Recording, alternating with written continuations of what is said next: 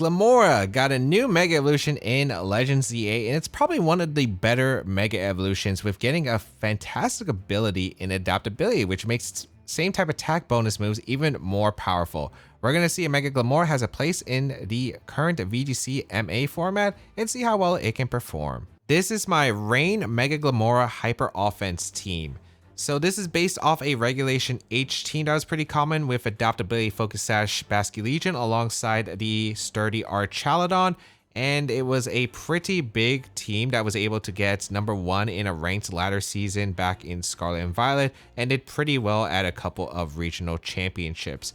So a lot of it did have Whimsicott, Pelipper, the Adaptability Sash Basculegion, sturdy Archaludon alongside Incineroar, and then the last slot. Ursaluna Blood Moon was the original slot, but of course Ursaluna is on the format, so it did need a replacement, and I felt that Glimmora with its Mega Evolution actually probably had the best placement on the team because the team really does like having special ground coverage, which is kind of important for hitting some Pokemon, especially like opposing Archaludon.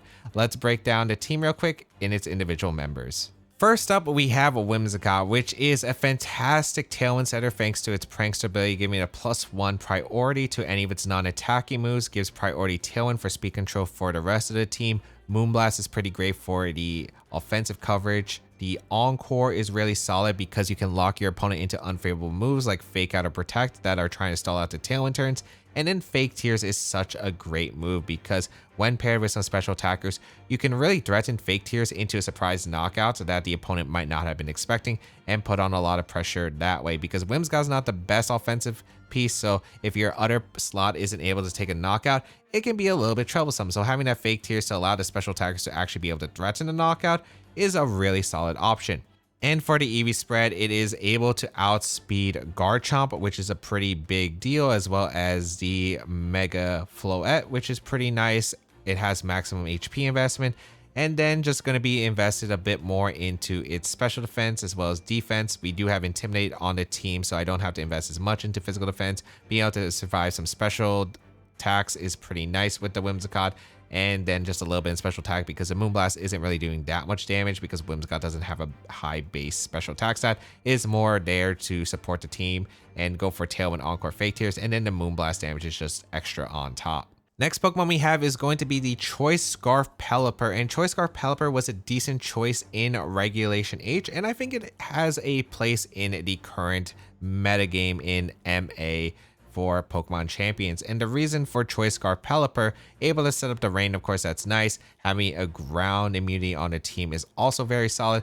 But the idea behind Scarf Pelipper was to be able to outspeed some certain Pokemon, such as the Sneasler, for instance, that is able to outspeed Pokemon like Garchomp. It can outspeed some of the Mega Evolutions like the Charizard Y. That could be a little bit of a pain for the rain teams in general. So you could also go for Icy Wind speed control, which is super solid here to lower the opponent's speed because that dynamic speed will allow your other Pokemon to potentially outspeed the target, which is really nice for a double up, and it can break Sash on Sneasler as well, which is nice. Weather Ball is super solid to be able to hit the Charizard. It's just a really strong attack in general. Hurricane, great flying type attack, does a ton of damage. And then I originally had Rain Dance on the Pelipper, so you could Rain Dance in front of like a Charizard Y, for instance, or they swapped in Weather, for example, or had Sunny Day on like opposing Prankster Whimsicott. That was the main thing in Regulation H that it was to deal with.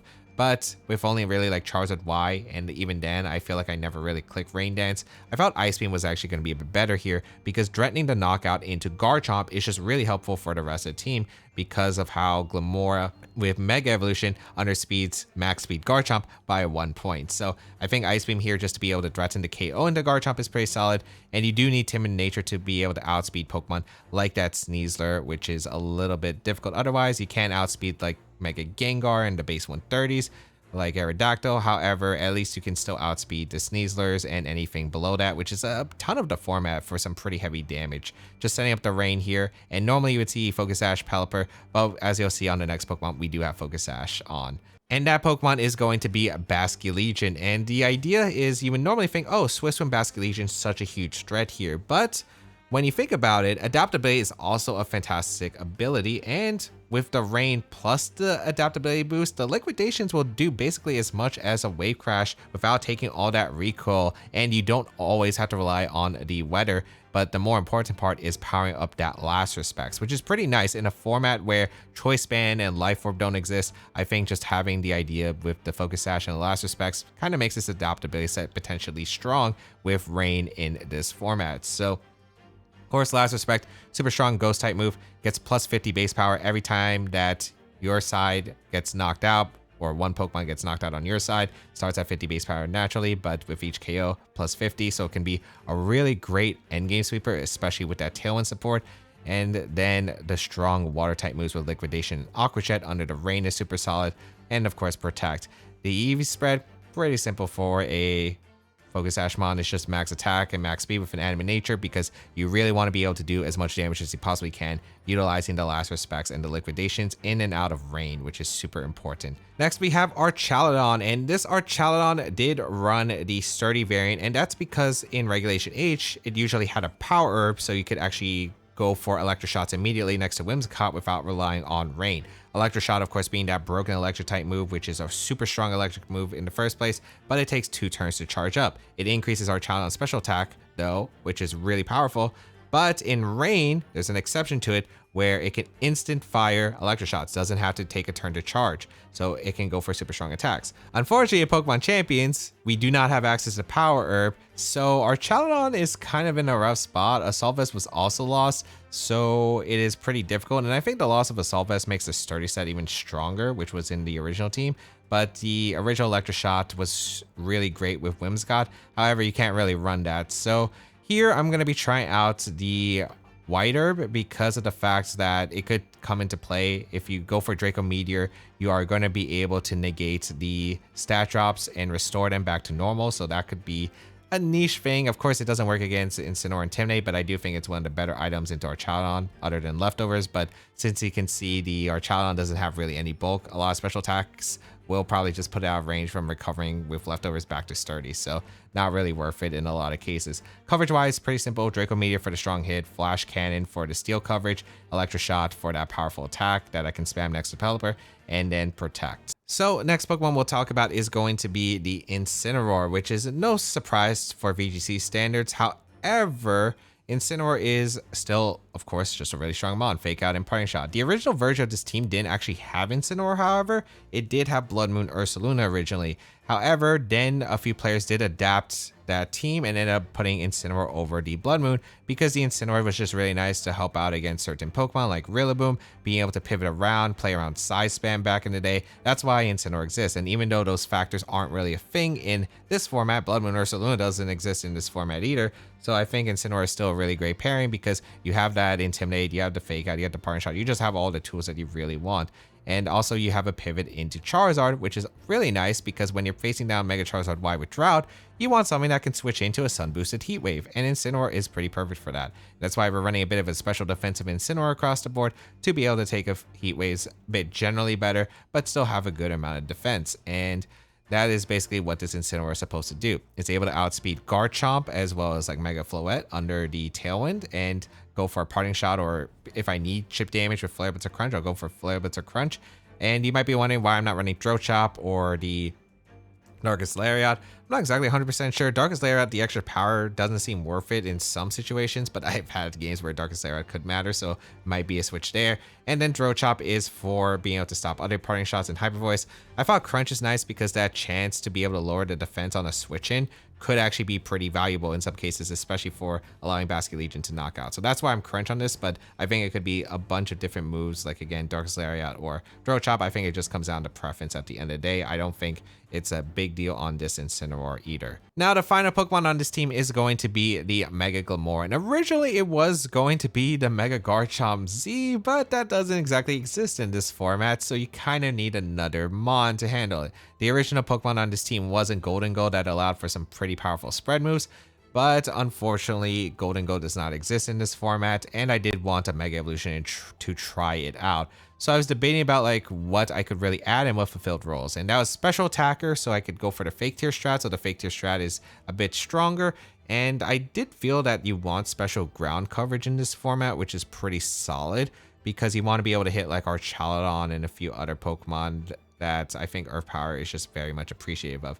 I think Glimmora was a perfect fit for the team because of the fact that the team does kind of struggle against taking the fairy type attacks really well, especially with the Eternal Floette that exists around. So Glimmora is actually able to naturally resist that. Threaten adaptability sludge bombs into it. Like, that is very great into that Pokemon, especially, as well as Gardevoir, Sylveon, and more. It's also just able to pressure Charizard Y, which this team also can struggle against if it's positioned well in the sun. So having the Glimmora that's just able to outspeed it guaranteed thanks to it running max speed, timid nature, it actually outspeeds the Charizard by 1 point. Unfortunately, it underspeeds Garchomp by 1 point, but adaptability Power Gem can hurt a lot, so can Sludge Bomb, and then Earth Power is just really solid coverage. And T-Spikes, you don't have to Mega Evolve it because Toxic Debris, if your Glimmora gets hit by a physical attack, the Toxic Spikes will go up onto your opponent's side of the field. That could actually be really nice to be able to chip away a Pokemon to put them in range of like the adaptive Basculegion endgame. So I felt like Glimmora was a really cool bring to have as the final member of this team, and adaptability attacks can go crazy in some situations. I do think it's a more situational mod. I don't think it's like the best, but it does help out against common Pokemon. Again, the fairy types, Incineroar, as well as like Archaludon, a bunch of Pokemon that it just hits for some really strong damage thanks to its super effective coverage options. We'll see how well it can perform in today's video. So how to use the team? Well, it's about damage trades because this is a hyper offense team. You want to be able to pick up knockouts before they can knock you out. Of course, that's like the same nature for every team, but of course, Pelipper is not exactly the bulkiest Pokemon. Neither is Glimmora. Whimsicott, it does have some bulk, but there are some moves that can still just one-shot it. And then Archaludon and Basculegion can't really switch in. So in a lot of cases, you're trying to go for damage and probably trading damage for the most case. You aren't switching nearly as much, but there will be games that do require switches to be able to preserve the Pokemon in the right position. So you really want to make sure that you align for setting up those KOs under the Tailwind especially. Whimsicott is generally a great lead here because you do have that Tailwind option, and Whimsicott really pairs well with the special attackers, again, like Pelipper, Archaludon plus Glimmora, because you have that option to go for the Tailwind plus the attack right away, or you could go for a Fake Tears combination with Glimmora, Archaludon, or the Pelipper as well. And that would be pretty effective because you could get a knockout with those fast Pokemon. So that could be a nice trade, and then Tailwind later on is pretty effective too. You can also lead Incineroar, and Incineroar really likes to lead, especially against the slower paced teams where you think that with the Intimidate, you'll be able to take attacks pretty well. Against those Trick Room teams, it can be pretty solid. And the Sturdy plus the Focus Sash lead of Basculegion or Archaludon is also not a terrible lead because Basculegion plus the Archaludon can play a bit more aggressive as a lead, or it could be really good in a cleanup situation. Because if you, for instance, play a Trick Room team, Incineroar is generally one of your best leads against Trick Room, and then having the double Sturdy in the back can be really solid because it's hard for a hard Trick Room to be able to take the knockout when you have Protect stalling it out, Fake Out support, as well as that Sturdy and Focus Sash available, because it's really hard to be able to pick up those knockouts. So generally, you could lead one of your Focus Sash mons and Sturdy mons and then keep one in the back to clean up endgames, or you keep both of them in the back and then lead into just threaten a bunch of damage and then clean up with the Sturdy Archaludon and Basculegion by taking knockouts, especially because Last Respect, again, is a move that powers up if your allies get knocked out. So it might be better to have Basculegion in the back, but I don't mind leading Basculegion in some situations, just going for liquidation if I'm trying to clean up with something else that is remaining. So there are a bunch of different leads that you can go for, but again, damage traits is really important, and how you position those for the knockouts and the damage traits is going to be incredibly important. You want to take advantage of your Tailwind turns, but you also got to be keeping in mind sometimes in some matchups going to be the rain turns, because it will matter for Pelipper as well as Archaludon potentially. So that is a big key. So try to get as much damage as you possibly can and save something in the back for the end game to clean up. If you'd like to check out the details of the team, they will be linked in the description down below. But otherwise, let's get started and play some games and see how well Mega Glimmora could do. All right, we have Frostlass, Incineroar, Sneasler, Milotic, Kangaskhan, and Whimsicott. So it looks like we have two potential Mega Evolutions, probably both going to be Frostlass and Kangaskhan, since both of them usually always run their Mega Evolution. A lot of physical attackers. They do have a Milotic, and they do have Whimsicott for speed control. Probably Tailwind, could be Trick Room as well for a best of one. But one mon that looks really good is going to be Glimmora. They don't have an immediate answer into Glimmora, and it seems pretty solid here, especially with the ability just to break through their team, I think. Because it does have Power Gem for the Incin, as well as a Froslass, Sludge Bomb for the Whimsicott. T-Spikes is actually pretty nice in this matchup as well. So, what do I want to go here? I guess the question is, do I want to bring the Archaludon and Pelipper? Because I do want to match the Tailwind for sure. So, there's like a lot I could bring here. I like Glimmora. I like Whimsicott. I also like Incin. I actually don't think Incin's that bad in this matchup. I actually don't even think I need the weather realistically, because I don't think weather control is like super important to me. Although, Pelipper Hurricane does do a ton of damage here. But I do want Basculegion so I can hit the Milotic for a lot of damage. Do I want Incin? I feel like Incin's really good. I think I'll bring Incin. I just like the power of Incin. Like, Basculegion is also pretty good against my opponent's team. Priority with Aqua Jet. Last Respect is able to do a ton of work into the team, especially the Milotic in the end game, which is going to be the important one here. Let's see. It's going to be Sneasler and Froslass. So that's pretty good for me, as I will be able to lead my Whimsicott and the Glimmora. So, of course, I could just go for a Tailwind immediately and go for a Power Gem. Is that worth it to me?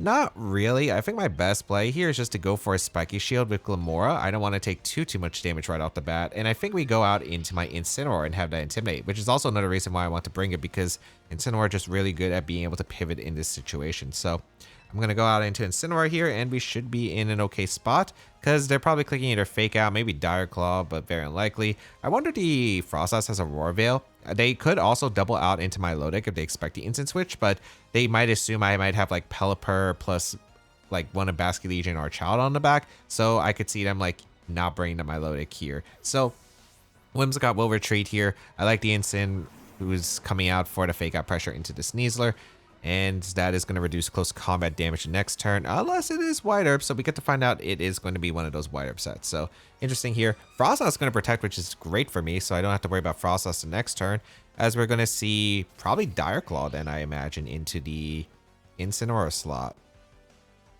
No, they fake it. Fake Out Protect.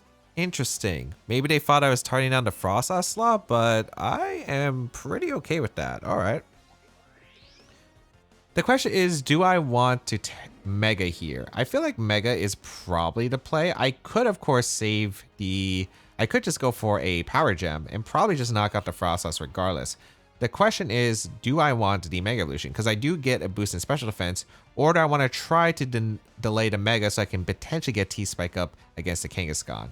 I think my best play here is just to get the damage off. So I think I'm just going to go for a Power Gem into the Froslass slot. And I am just going to go for a Fake Out into the Sneasler, because close combat into Blizzard probably knocks out my Glimmora, and a double tap would knock me out. So we're going to see a swap here into Whimsicott, which, okay, Whimsicott back. I'm assuming Kang is the last. Actually, now that I think about it, they probably don't have Kang in the back, because if they brought Froslass, it's really unlikely you bring both Froslass and Kangaskhan. Pokemon both rely on their Mega Evolution. So we will get a Fake Out off into Sneasler, which is actually pretty respectable damage. And we will see a Power Gem come out into the Whimsicott for huge amounts of damage. Okay. So that's where the Focus Sash is. Makes sense. And now we have an interesting scenario where my Glimmora is in a pretty good offensive position. And the question is, what am I clicking here? Close combat would do a ton of damage to the Incineroar. I think my best play is just to Earth Power the Sneasler. The question is, am I going out into Basculegion or am I going out to Whimsicott? The Incineroar switch out is a bit obvious, so they could go for a Dire Claw read into the Incineroar, which would kill my Whimsicott, which means I wouldn't have speed control, which could be a bit annoying. Basculegion, I might be risking my Sash here, but I kind of like the Basque because it also pressures Aqua Jet into the Whimsicott the following turn. So I actually don't mind going out into Basque here. So I'm going to go on a Basque. I don't want to leave Incident. I want the Intimidate for later. And we are just going to see a Tailwind come out. So that's actually really, really ideal here. So let's see what the Sneasler goes for. Going to be close combat. It does target down what was going to be the Incineroar slot. And I am able to get a huge Earth Power into the Sneasler, which is going to be able to pick up a KO. I actually wasn't sure because Sneasler does have good speed def, and adaptability isn't like boosting the Earth Power. So beautiful, beautiful KO into the Sneasler. And we get to see what my opponent brings out next. Could be the Kang. I do have to watch out for Kang because they do have access to Sucker Punch. Oh, wait, no. I keep thinking that they are going to bring out Mega Kang, but they do have a Froslass. Milotic actually going to appear here, which is pretty all right for me, I'd say. This is pretty good for me. Milotic can't really touch my Basculegion. It can do a lot of damage to the Glimmora, potentially, but unless this is Fake Tears from the Whimsicott, should I play around Fake Out Whimsicott? I should, I think. I absolutely should, I think. So I could protect an Aqua Jet here, or Spiky Shield Aqua Jet to KO the Whimsicott, which is not a bad play. Or I could go my own Whimsicott here, but I think my best play is just to go for a Spiky Shield with my Glimmora, and just to go for an Aqua Jet into the Whimsicott. So let's see what they decide to go for. I could see Encore. They could have Fake Tears, potentially. It is going to be no Prankster move. So I could have maybe went for a Sludge Bomb, but keeping Glimmora healthy for the Froslass is still not a bad play regardless. So I don't mind this. I do want to make sure I keep Basculegion healthy because it is my best answer to the Milotic. But they go for Muddy Water. They do hit. Okay. Doesn't do that much damage to Basque. Okay. I guess this is where it's going to be a little bit concerning because now they can go Froslass and they can go for a Blizzard plus a... Well, this is going to be an interesting spot actually because the Froslass can KO the Basculegion, but that means it's a single target Muddy Water onto Glimmora, which is fine. I think my best play here is just to go for a Power Gem and a Last Respect into Froslass. The reason I think this is the best play is because they can only get a knockout onto one of my Pokemon, I'm pretty sure. If they Shadow Ball the Basculegion, I still think I live single target Muddy Water from Milotic because Milotic doesn't usually invest that much into special attack. So I think I like to double up into Froslass because if they go for Blizzard Muddy Water, Basculegion survives the combo. I get the KO into the Froslass thanks to adaptability, plus the fact that the Glimmora would go down, boosting the power to Last Respect. If they go for Shadow Ball, I am going to be able to Power Gem the Froslass. So let's see if this works. They go for the Shadow Ball, which is fine. So I think this is just going to come down to do I live Muddy Water, which I should, because I mean, this is a very high special defense on the Glimmora. Unless they click Hypnosis and they just get the Hypnosis. Okay, if I wake up immediately, I have a chance. But yeah, that is really, really bad, actually. I can't really go Incin here. I think I want to go Whims. I think my best place to go Whims and click Encore. Into the Milo. Yeah, I think that's my best play. I think I gotta hope for a turn 1 wake up. Hypnosis Milo. Power Gem. Hypnosis being 60% accurate, by the way, so it's really inconsistent. Power Gem. Gotta go for Hypnosis because if they go for Blizzard Muddy Water, I just 100% lose. I wanted a Whimsicott lives Blizzard from Froslass. I don't think it does, probably. But yeah, I need the first turn wake. If I don't get the first turn wake, I need Whimsicott to survive with Blizzard, basically. So I do get the Encore off, so the Milotic is locked in. Okay.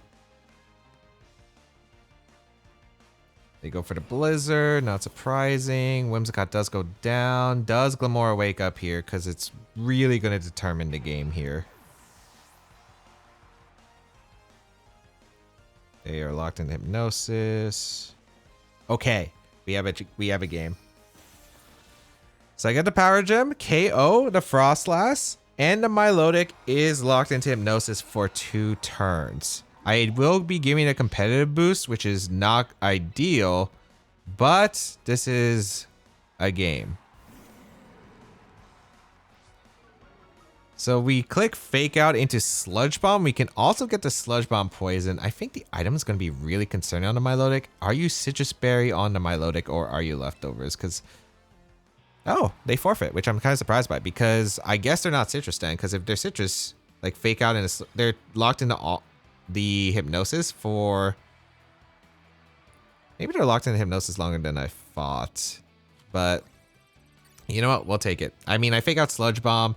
If Sludge Bomb doesn't 2-shot after the Fake Out damage, then it's a mind game of Hypnosis and targets. And if I get the target right, I win the game. But I can also go off a Hypnosis dodge as well. So There was a pretty decent chance that I won the game, but it was still potentially a game. Again, only if the Milotic lives 2 Sludge Bombs plus the fake out damage. Because it is adaptable as Sludge Bomb, but Milotic has good special defense. Alright, Gardevoir, Incineroar, Corviknight, Sinistcha, Tyranitar, and Rotom Wash.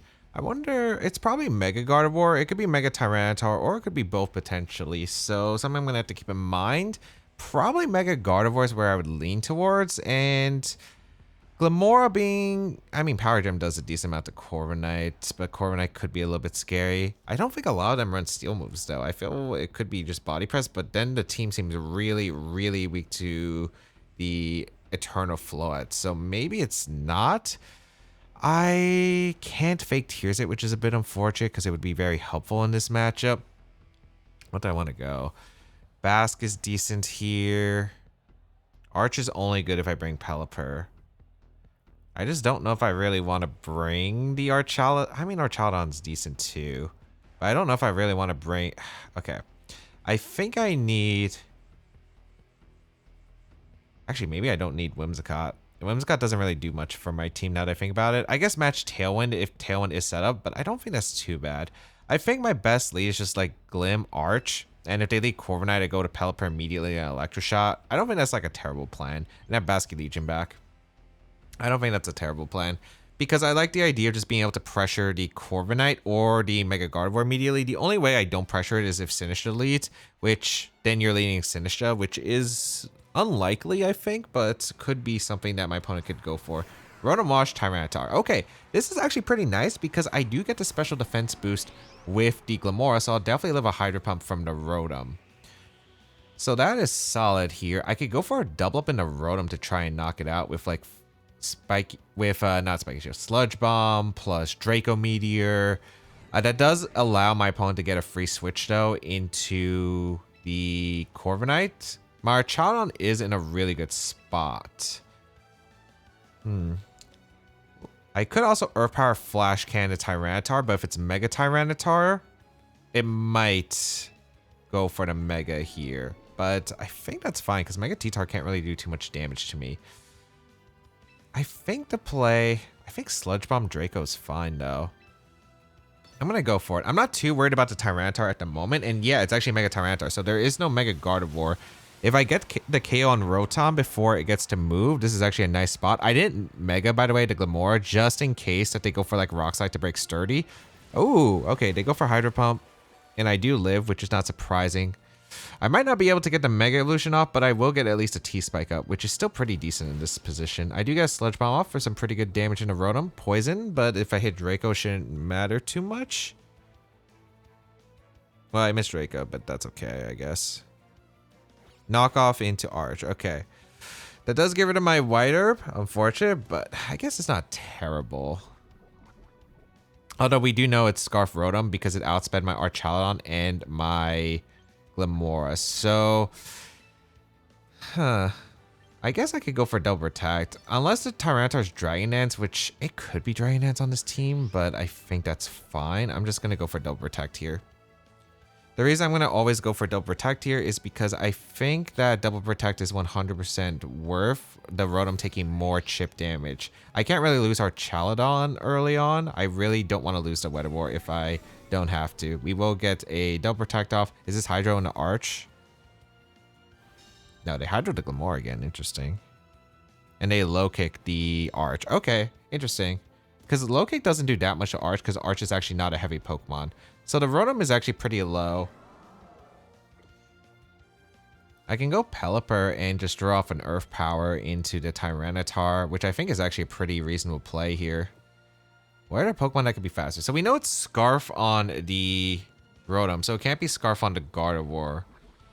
If they go for a single target Rock Slide, it's a bit annoying, but I don't think it's too bad. Getting Basculegion next to Arch under Rain seems like a lot of pressure for my opponent to handle.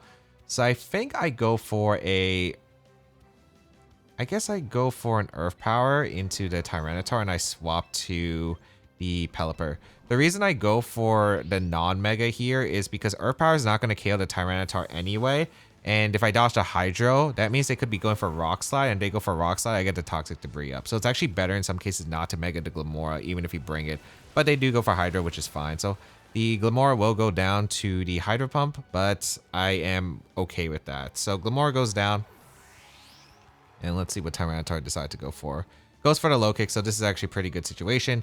The Pelipper will be able to hang on, and now that the Rotom's gone, which is one of the biggest threats to my water types, I feel pretty decent about this position. I can go on to Archaludon pretty safely and threaten a Electroshot plus a attack from the Pelipper, which is really, really good here.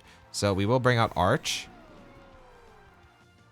And they go out in a Corviknight. So this is an excellent position because I can threaten Weather Ball plus a Electroshot here. So I think I am just going to throw off the Electroshot into the Corviknight. What do I want to do with the Pelipper? Do I want to go for Hurricane? I could go for Hurricane if I read the Sinistcha switch, which is pretty reasonable, I'd say. I could also Hurricane the Corviknight to ensure the Corviknight goes down to... I mean, Corviknight definitely goes down to Electroshot, unless it's with Conberry, which... I don't think it's very likely because there's not too many electric type moves in this format. I think the play might be to Weather Ball or Hurricane. I think it's Weather Ball because even if Sinistcha comes in, the Sinistcha takes damage. They actually retreat the Corviknight, so that's fine. This is out into Sinistcha. Okay, that makes sense.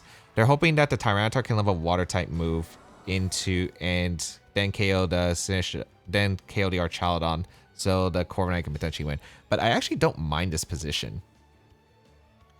Because I do get an Electroshot off into the Sinistcha, and that's some pretty good damage. It puts it in range of Draco Meteor 100%.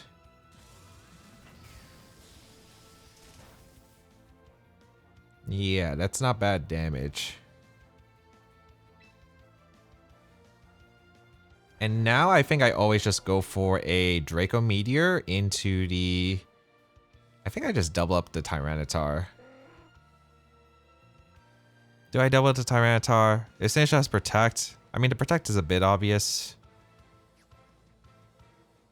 I think you always have to Rage Powder, because you saw my Pelipper was faster than the Sinistcha. I guess I could Flash Cannon too, but if it's Citrus on the Sinistcha, then I have to go for Draco for the KO. I think I would just go for Draco Meteor, and the question is, do I swap out Pelipper or not?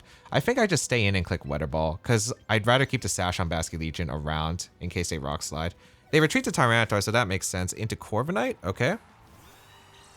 Oh, I see what they're going for. This is actually super smart by them. I do get the Weather Ball off into the Corviknight. I'm glad I didn't Draco double up. That did so much damage. Okay, I was about to say that's a crit. That was doing way too much damage. And I do land a Draco Meteor. That's the important one. So I do get the Draco Meteor off into the Sinistcha to take the knockout. So Sinistcha does go down. Now... I'm a little bit worried about this end game, I think.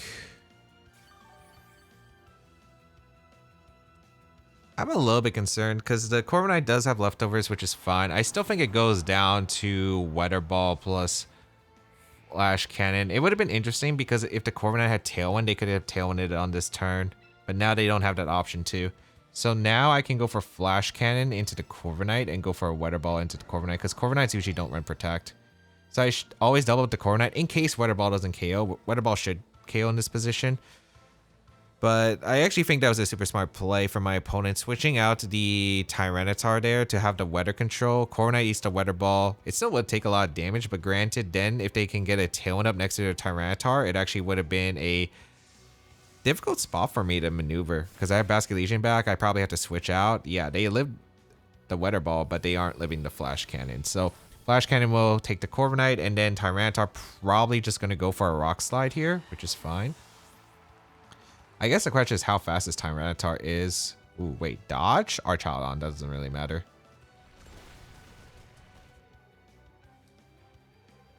Because realistically, I'm pretty sure that I'll outspeed with Basculegion. Then the Tyranitar has to be like fast in order to outspeed my Basculegion. They have to run Jolly. So I am going to go for Flash Cannon into the Tyranitar, and I'm going to go for Liquidation, which is adaptability boosted. Can Mega Tyranitar live the Liquidation? I actually wouldn't be surprised just because Mega Tyranitar does get some pretty good defenses, but it's definitely not living the double up. So Flash Cannon, good damage.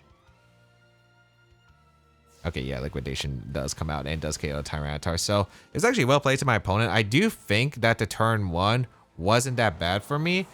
Well, Assuming I hit the Draco, like Rotom would have been down and I could have probably gotten another attack off of Glimmora potentially, which would have been nice. But I think it just really comes down to the Corviknight. Like, what set does it have? Because I've seen Bulk Up Roost as well with like 2 attacks. So if it's the Bulk Up Roost set, I'm not really that scared of it. I think I would just switch, protect Archaludon in that position, switch out into Basculegion, and then have access to the Rain Pressure with like Liquidation plus switch into Pelipper if that was the case. Or I could go for Electroshot as well, but I'd probably just go for the Liquidation and swap to Pelipper. But if they're Tailwind, I think it becomes a tricky game because Tyranitar would outspeed me. So there'd be a lot of, I think, a little bit difficulties with the mind games. I'd have to get like Protects right, I think, with my Pokemon. But yeah, I think it again comes down to the Corviknight set. Like, was it like an Iron Defense set with Bulk Up, or did it actually have Tailwind? Because I could definitely see no Tailwind on that team, but I'm not 100% certain. All right, we have Garchomp, Delphox with Eternal Floette, Incineroar, Maushold, and King Gambit. So this is going to be interesting. We have 2 Mega Evolutions pretty much confirmed. I don't think Garchomp's going to be a 3rd Mega in this. We have Mega Delphox and Mega Eternal Floette with Maushold, Friend Guard, Redirection Support most likely, King Gambit, Incineroar, and then Garchomp could be Scarf or it could just be a standard set. This is going to be something. They don't have a Great Rain matchup, which is nice.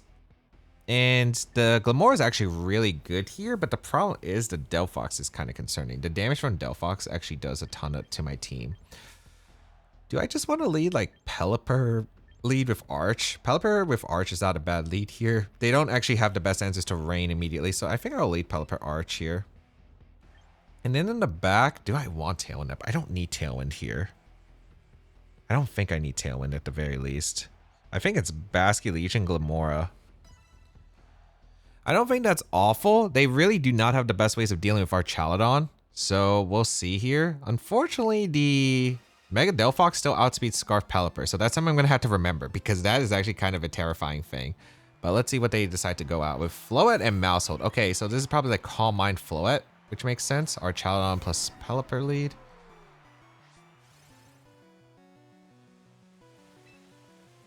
And, ooh, this could be a little bit tough. I wish I let Glim here, but I guess it's not too bad of a situation.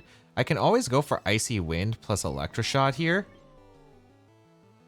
And I target the Maushold, I'm pretty sure. Yeah, I target the Maushold. I live Moonblast and Gleam with my Archaludon thanks to Sturdy, so if they go for the Moonblast, that's okay. We are going to see a Mega Evolution. And because of the speed interaction, like the only way I get screwed over here, I think, is like if they go for Faint Moonblast into Archaludon specifically. They have to go for that double up. Let's see if they go for it though. Ooh, good protect. I should have doubled up the Eternal Floette slot. Okay. Good play on their part. Good play on their part. Is this Moonblast or Gleam? I did think about Mouse protecting, but I thought they would be scared of potential like Electroshot into the Eternal Floette, but I guess it has good Spadef and it has Friend Guard. Calm Mind, okay. That's not too bad. That's not too bad, okay. Because I do have the Sturdy, as I mentioned before. The only problem is if it's Scarf on the... If it's Scarf on the Garchomp, I think they're going to go for Faint. I don't think there's ever a world where they go for Follow Me here.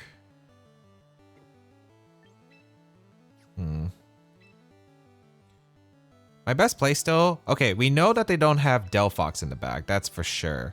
It's probably like maybe Garchomp Gambit in back.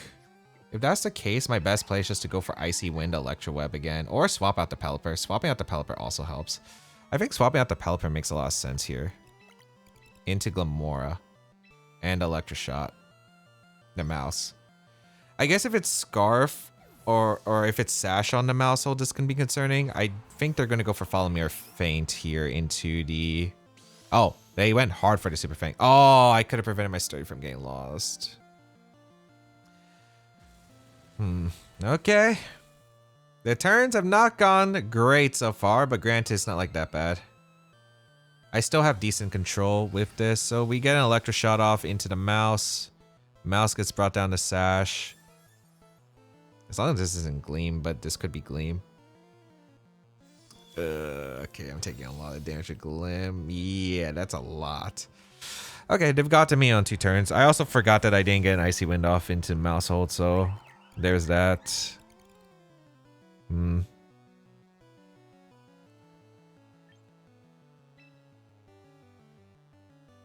I do still have an adaptability boosted Basque though.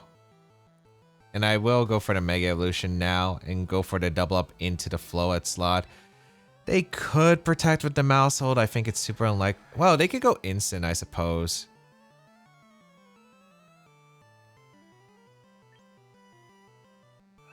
I could see instant for the Mousehold slot and protect the Floette. They're either going to follow me or they're going to swap to instant, right? Because that's the way they protect the Floette. So I think I go for a Sludge Bomb into Liquidation. Okay, I think they're clicking follow me here. Like, I'd be very shocked if they don't click follow me here. I get the Mega with my Glimmora, which is important for the speed. They do follow me. Okay, so this is the best case probably. If Liquidation kills in Rain, huge. I mean huge. Like if this doesn't have much bulk, Liquidation might KO because this doesn't have the best physical defense in the world. So Liquidation comes out into the Floette. It does KO the Floette, and that's the power of Adaptability Basculegion. They probably thought Basculegion was faster, and then with the Calm Mind, they probably lived Sludge Bomb because of the high special defense that Floette has, plus the Calm Mind boost. But the adaptability coming in super clutch there. We're going to see Garchomp come out and King Gambit as the last. Okay, this is where it still gets concerning for the end game, but not terrible. 2 turns of Rain left.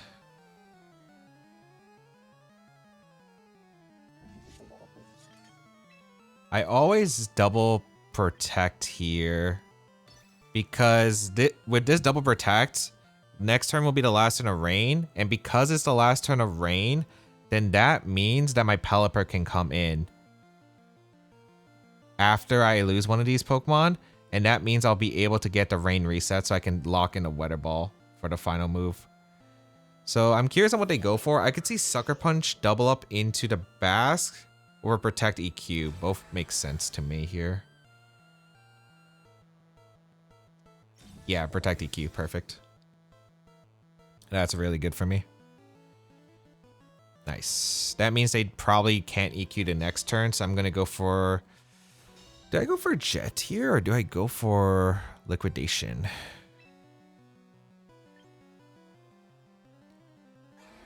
I think my best place to go for Earth Power, Aqua Jet. They could Sucker Punch the Glim, but I just don't think that they respect the Glim as a threat. I think they're going to target the Basque because the Basque is the biggest threat. They know that I'm not Scarf Basculegion, or they know I'm not Scarf Basculegion or Swift Swim. They know I'm Adaptability because my Glim moved before. Unless they think I'm a super slow Basque. I think their play is to Sucker Punch, double up the Basque.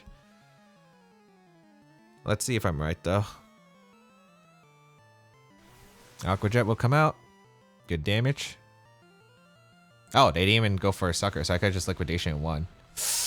They lived barely. They go for Dragon Claw. I mean, granted, I should probably still have the game locked. Oh, they went for Iron Head in the Glim. Okay, interesting. Okay. I think I have this game very likely secured. There's like some interesting scenarios that could happen that could cause me to lose this game. Because it depends on the item on the Garchomp. Are you Sash Garchomp? Are you Scarf Garchomp? Well, actually, no. We know it's not Scarf because we confirmed that it went for Earthquake turn 1 and then went for Dragon Claw turn 2. So I can Ice Beam the Garchomp.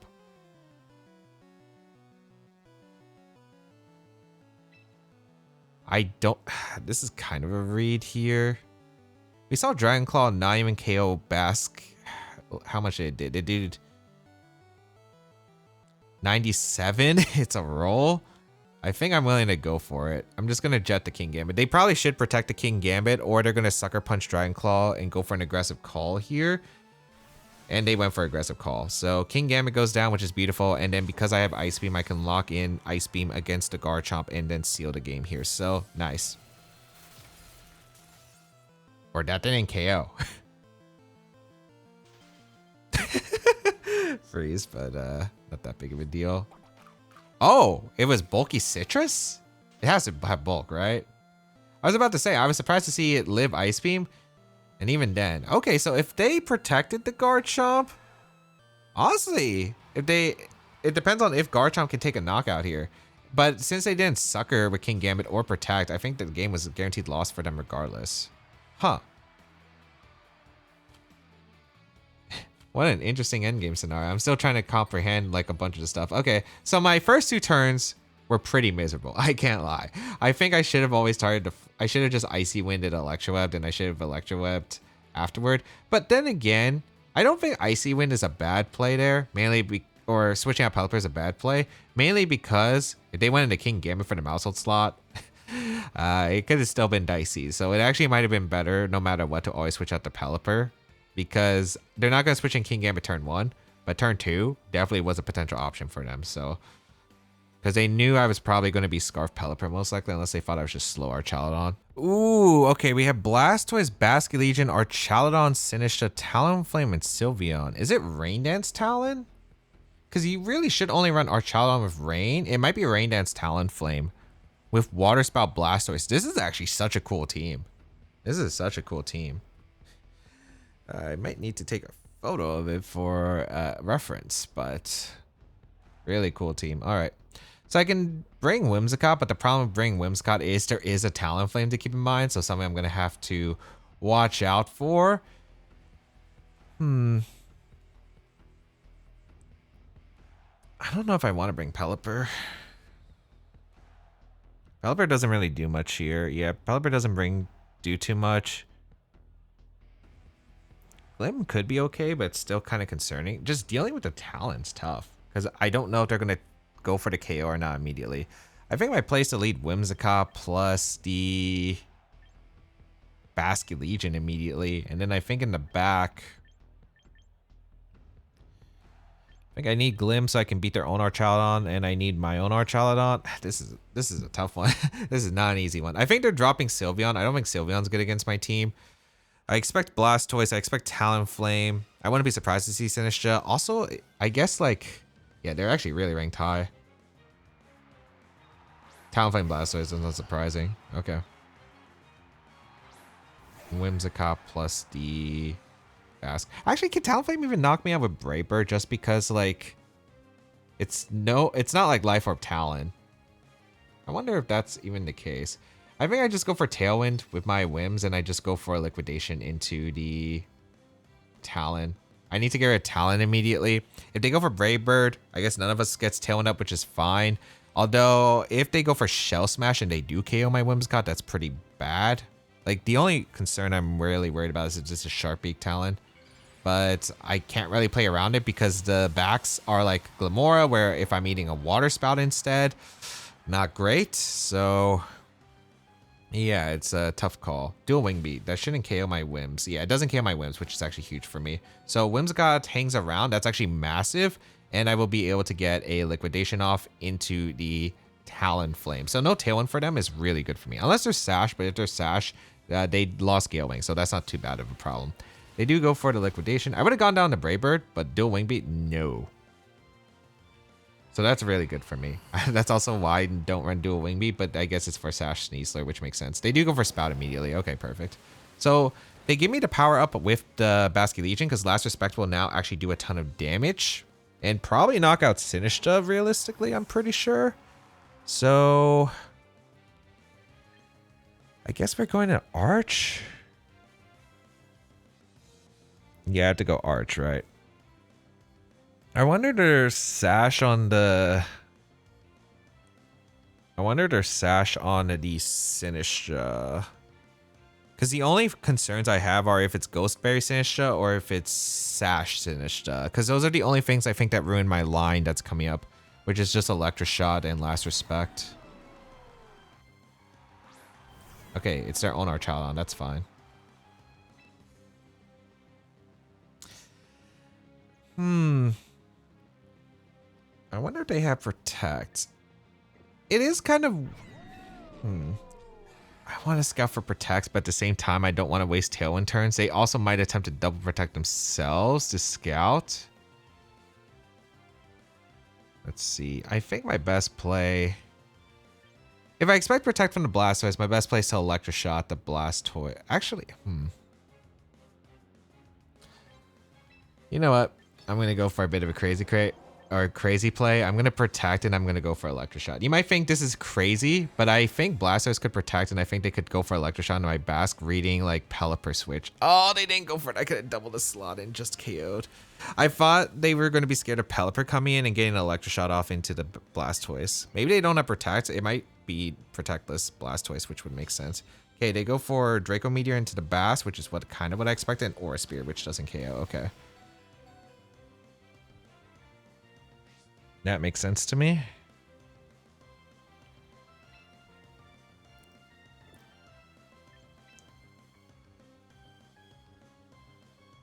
Well, this is still problematic. I'm going to go for my last respect into Arch because I do need the damage into Arch.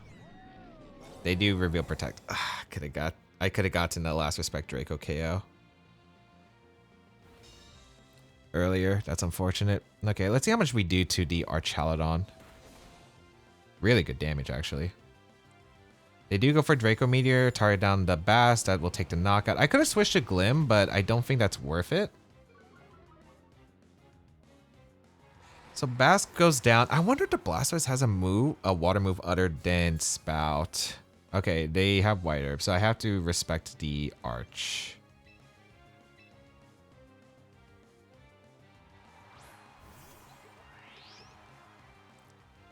I think they're also Sturdy Arch. I wonder if +1 Draco can knock out Mega Blastoise. I highly doubt it, though. Like, I highly doubt it.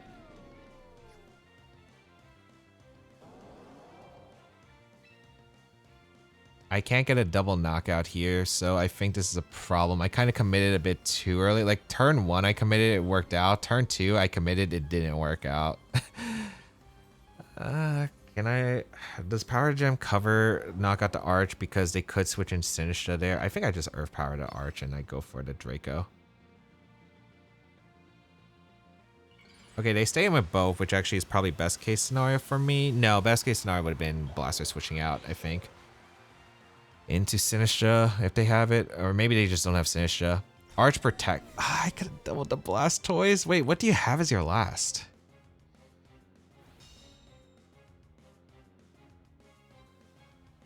Oh, I missed Draco too. So, like, the thing is, if it's Frail Blastoise, it might have KO'd. Also, since they click Spout, I could live Spout I mean, I live Spout with Glimmora if I hit the Draco easily. But I don't even get to find out, like, the last Pokemon. I don't get to figure out, like, how I could have probably, like, positioned it better. Yeah. Unlucky. Because I don't... It depends on their Blastoise set, probably. Because I'm probably thinking of a decently bulky Blastoise. So yeah, this is the calc against Archaludon and Blastoise. I think they probably have a bit more HP, so it was unlikely I KO'd, but the Blastoise would have been low. The Water Spout would have done nothing to Glim most likely, and maybe I have a chance.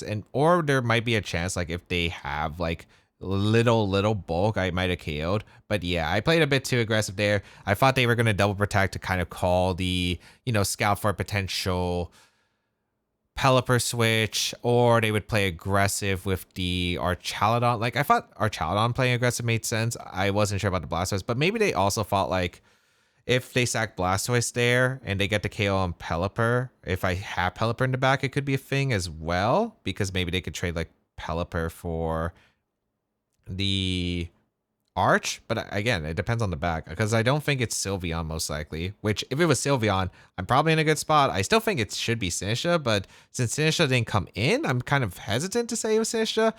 But yeah, I think maybe I played a bit too aggressive there, but I do have to make kind of some reads here, because the Mega Blastoise under Tailwind was just going to be super difficult, because I don't have the exact immediate ways to KO, I think, again, unless I'm boosted with my attacks, and then they can pretty much just KO me because I have some pretty frail mons on my side. All right, we have the Hisuian, Arcanine, Whimsicott, Milotic, Scizor, Dragonite, and Sneasler. I really like Glimmora. There is, of course, the Scizor that makes it a bit hard, but I mean, I don't have that bad of answers to Scizor. Well, I do want to bring Arch. Actually, do I want to bring Arch? There's a lot of things that I could bring in theory. They could be Mega Dragonite as well. Actually, no. Their Megas are either Dragonite or Scizor. Probably Dragonite, I would assume, but it could be Mega Scizor. I like Glim a lot. Between Basque and Archaludon, I think Archaludon's better. Even though Electroshock just threatens the Milotic a bit better, I think Arch is just generally better because of the last respect I could have in the end game as pressure. I think back-wise, I bring Whims Pelly. Because I want... Actually, do I need Pelly? Pelly's nice. I could bring Incin as well, but I don't think I like Incin. Nah, I'd rather have multiple ways of being able to switch into Milo. And I think the Scarf Pelipper, because it has pressure against Dragonite, can also be a thing because I do have Ice Beam, so I think that's probably worth it. Alright, let's see what they bring here. What are they going to lead? I don't think Arcanine ever leads. Milotic, Sneasler, so this is actually a really good lead for Basque. Basculegion's in a fantastic spot. So is Glimmora, unironically. Okay.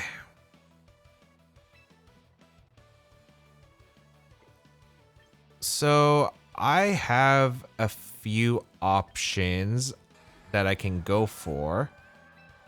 Like I could go for Spiky Shield if I want to, which is definitely a play. Liquidation seems really, really good here into the Sneasler. I kind of like the idea of just Spiky with Glim and go for Liquidation into the Sneasler. I don't know if they have Throat Chop, but I am more scared of close combat into the Glimmora or Dire Claw into the Basque. They fake out. Interesting. Ooh, wait, that breaks a potential Sash. Okay. Liquidation might just KO. Ooh, barely misses the knockout, but that's still a pretty good one. And they Scald the Glimmora. Fantastic. Okay, that's a really good turn for me. Interesting. They were willing for the Toxic Spikes to go up. I imagine if that's the case, it might be Scizor and Dragonite in the back because that would make a lot of sense if that's the case. My best play here is probably just to Jet. Or is it to get damage? Glim is good into the D-Knight. It's not good into Scizor. I didn't bring the best Scizor answer. But Pelipper is okay because it does have access to a bit here. Do I want to go out? I could go into Whims as well. Whims isn't a bad play. But I kind of like the idea of going Pelipper. I like the idea of going Pelipper and jetting the Sneasler. Because they don't have a good switch to jet other than the own water... Other than the Milotic and the Whimsicott. And if Whimsicott's fine. Yeah, they retreat the Sneasler. Let's see who they have. Scizor. Okay, I mean, that takes a jet, which is still pretty decent damage. I don't mind that. Yeah, like, look at that damage. Scald into the Glimmora. I'm kind of surprised they're targeting the Glimmora. The reason I'm surprised they're targeting the Glimmora is because Glimmora's not really like an offensive threat here. So that's interesting. Wonder if it's Dragonite in the back. I think I always just go for Hurricane into the Milo. And I just go for Liquidation. They don't have a switch into Liquidation. So I go for the attack into the Scizor. Even if it protects, like, I guess the worst is they're going to Scald or Coil. Maybe if they have Hypnosis, they can go for a Blind Hypnosis. But if they're Hypnosis, they're usually the Muddy Water set with Coil. Hurricane does no damage. I know Milo has good Spadef, but geez, that did no damage. They do go for Scald into Basque. Okay. Alright. So I get a Liquidation KO regardless into the Scizor slot. So I'm going to go for Hurricane into the Milo slot, and I am just going to go for a Liquidation again. They're probably stacking Sneasler, though, if I had to imagine, because, like, I don't think you want to lose to Scizor when there is the back threat of...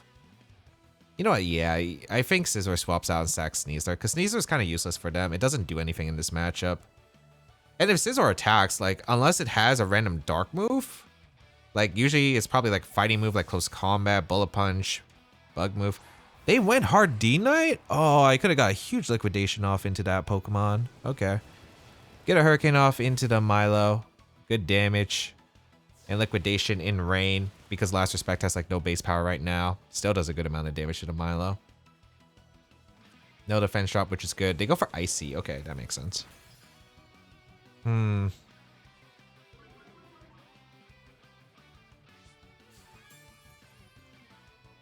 Okay.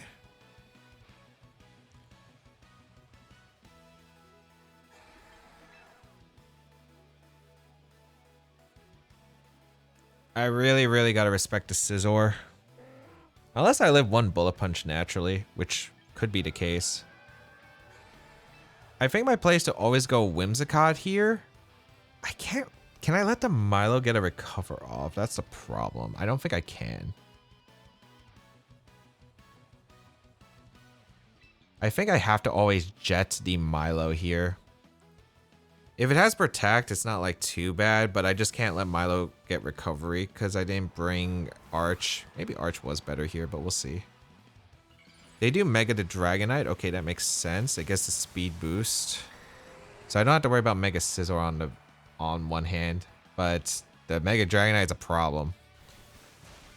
I do KO the Milo, so Milo goes down, and I'm curious what the Dragonite's going for. Is it Air Slash? Is it Dragon Pulse? Is it Hurricane? Thunder? Did they have Rain? I feel like they didn't have Rain. So Bask goes down, but that's to be expected. Okay, that's fine.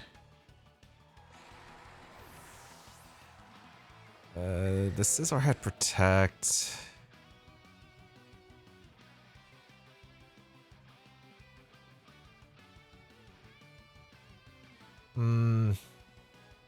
They still have a Sneasler, which I'm not happy about. Yeah, this is going to be tough. I think I just got to go Glim here. I got to go Glim, and we'll see what's being brought out next. Sneasler. Okay.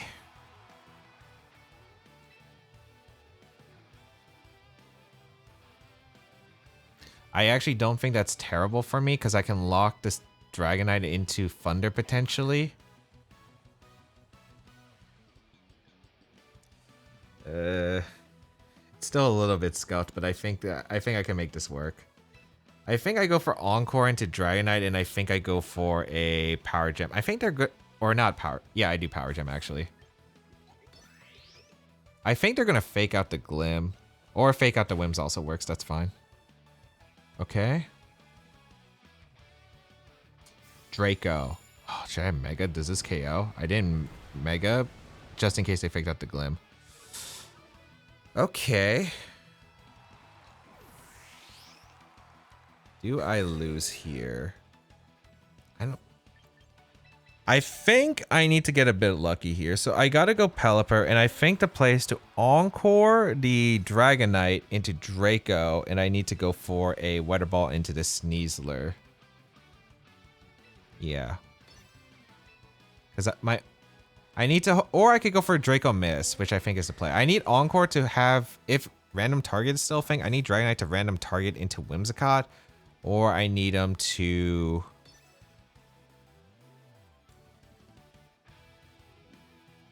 miss Draco. I might need them to miss Draco twice potentially. But yeah, we get a Weather Ball off in the Sneasler, where Choice Scarfs will be outspeed. So Sneasler goes down. I think I just need to Liquidation. I guess to agree the attack into Milo wasn't as good, because I thought I was going to be... Okay, wait. We did get the Whimsicott slot. Okay. The Scizor has to Protect, right?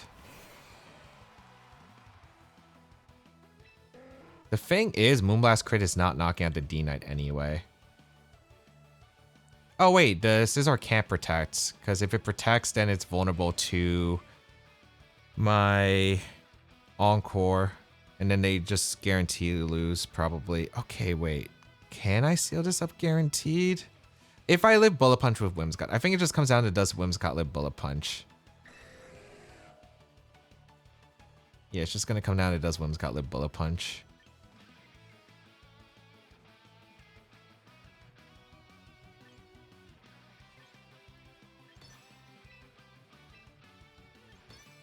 Let's see. Because I think Weather Ball should KO Scizor. Bullet Punch? Does Whimsicott survive? No. Maybe I need to Fake Tears the Dragonite. Well, I mean, I would still lose probably because I still need to dodge up under Dragos. Okay, Weather Ball KO'd. I think the big mistake was probably just targeting a Milo with the Liquidation. Maybe it also just wasn't not bringing the Archaludon was a huge mistake. Although, what do I drop for no Archaludon? I guess Whimsicott was actually kind of not great here. I brought Whimsicott because I wanted a Dragon Switch, but I also had no Flying Switch in, which also was kind of problematic. Yeah, not having a Flying Switch was kind of problematic in this one, which I think really costed me there. Alright, we have Charizard, Maushold, Dragapult, Kingambit, Sneasler, and Garchomp. A bit scary here, but not terrible, I suppose. Alright. The Maushold. Is it just Redirection Maushold? Is going to be a good question. Do I even want to bring Pelipper is also a good question, because I might not need Pelipper. Just a Gambit is always tough for this team. Do I want to bring Arch? I think my best lead is just like Whimsicott plus Basculegion. I think I always bring Glimmora because I think I just need Arch back, or is it Pelly back? Pelly is a nice backup to Garchomp, but it's a liability against the Charizard. Then again, without Electroshot, Archaludon doesn't do anything to Kingambit, so I think I have to bring Pelly regardless. Okay, that's probably it then. I could bring Incineroar, but then I don't really like that Sucker Punch can threaten the Glimmora, because if it's +1 plus Black Glasses, I'm a bit concerned if I actually go down to Sucker Punch. I actually am not familiar with the calc, but we'll see. Charizard plus the Garchomp, okay.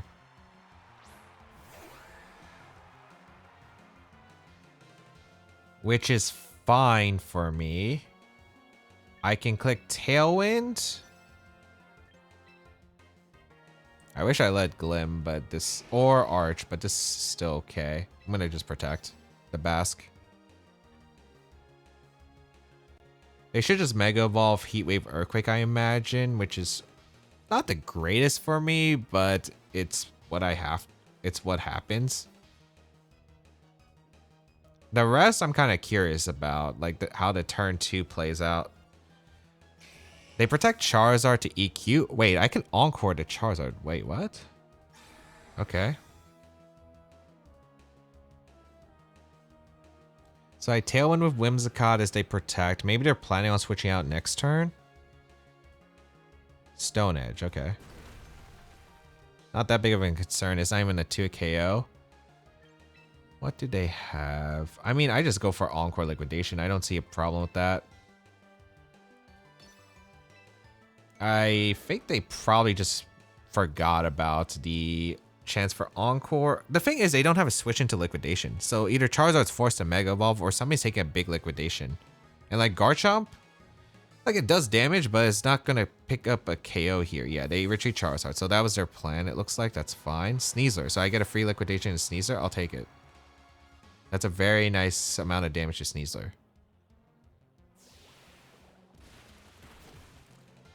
Yeah, it brings it to Sash, which doesn't act. Oh, wait, it's not Sash, so it's not Burning. Okay. Interesting. I don't think they Earthquake themselves. If they Earthquake, they're crazy. But I'm going Glim. I'm risking Glim. I'm risking Glim on a fake out into Whims, because I do threaten Moonblast into the Garchomp. And I'm going to Liquidation to Garchomp. Even if I lose Glim, it's not terrible, I suppose. I don't think they EQ in this position, though. So we bring out the Glim, as they probably fake out, or protect, maybe. But they do fake out, so I don't think they EQ here. I think they Dragon Claw, or Stone Edge again. Maybe they're locked into Stone Edge at this point. They get some T-Spikes up, which is nice, and Liquidation will come out. Good damage into the Garchomp. Rough Skin active. Stone Edge into the Basque, okay. Doesn't threaten the KO. Now I threaten the KO into the Sneasler because I can threaten Power Gem plus Liquidation. Yes. So this has been a very interesting game so far. I'm kind of curious. I think it is probably Scarf Chomp. Yeah, Chomp switches out. Mousehold. Okay, so that's their last Pokemon. No Gambit. Okay, I guess they thought maybe I had a fighting move on Arch, but this works out really well for me because now I get the KO onto the Sneasel. So Garchomp will take the poison, which is huge because that could add up for Aqua Jet to KO. And Mega Glim is looking pretty good here, especially after this liquidation into the Mousehold. Yeah, that is going to go down to poison the next turn, and then Mega Glim kind of cleans up from here. Because I still have a Whimsicott in the back.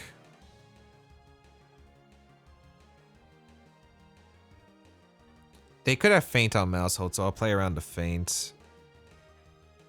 I mean, if it's Charizard, I'm just clicking Aqua Jet plus Mega Power Gem, so they have to go Garchomp. And if they go Garchomp, I just click Aqua Jet and the mouse, and I think I click Whimsicott. Yeah, no, I don't know what they're doing with the Charizard. I guess they're hoping that my Basculegion's locked into liquidation, so they can follow me at least and maybe accomplish something. But yeah, no, this is cooked for them. I Aqua Jet, I Power Gem. So we will Mega Evolve with Glimmora, and the nice thing is we're guaranteed to outspeed Charizard with the Mega because we are max speed timid. I mean, they can protect, but they can't really do anything. So we will go for Aqua Jet into the mouse. Mouse will go down. And it's just a Garchomp alone, and if they ever Mega with the Charizard, they just lose. Also, the Garchomp's on a timer. Like, even if they're sub Charizard, which is like maybe one of the moves that can kind of help them dodge a situation, like they're just in such a bad spot. Because my play is just to always double protect here. We have Spiky Shield protect, take the poison, and force a potential Mega Evolution from the Charizard. Because if the Charizard ever Mega Evolves, I go out into my Pelipper. And Pelipper will set up the rain, and that means I can Aqua Jet any of the targets. I'm always starting to Garchomp, I think. But yeah, they Mega Evolve now, but it's pretty much too late at this point.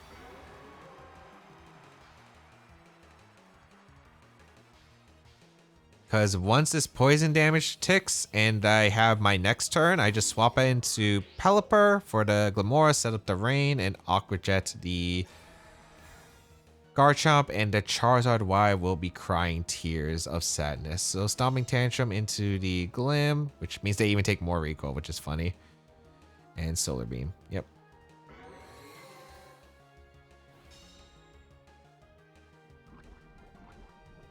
Yeah, I'm not risking Jet not KOing at that range, so I always go on to Pelipper and just click Aqua Jet. I think they're just hoping I don't have... Well, here's the thing. Even if I don't have Pelipper in the back, I just swap out Glim and then bring it in and then Spiky Shield. That means 2 turns of poison happen, which means the Garchomp would go down regardless. And that's if I don't go for Jet here and I misplay, but yeah, there's like no chance that they can win. I Jet here to KO the Garchomp before it can attack. So Garchomp goes down. And unless I miscounted Pokemon, I do have this game locked.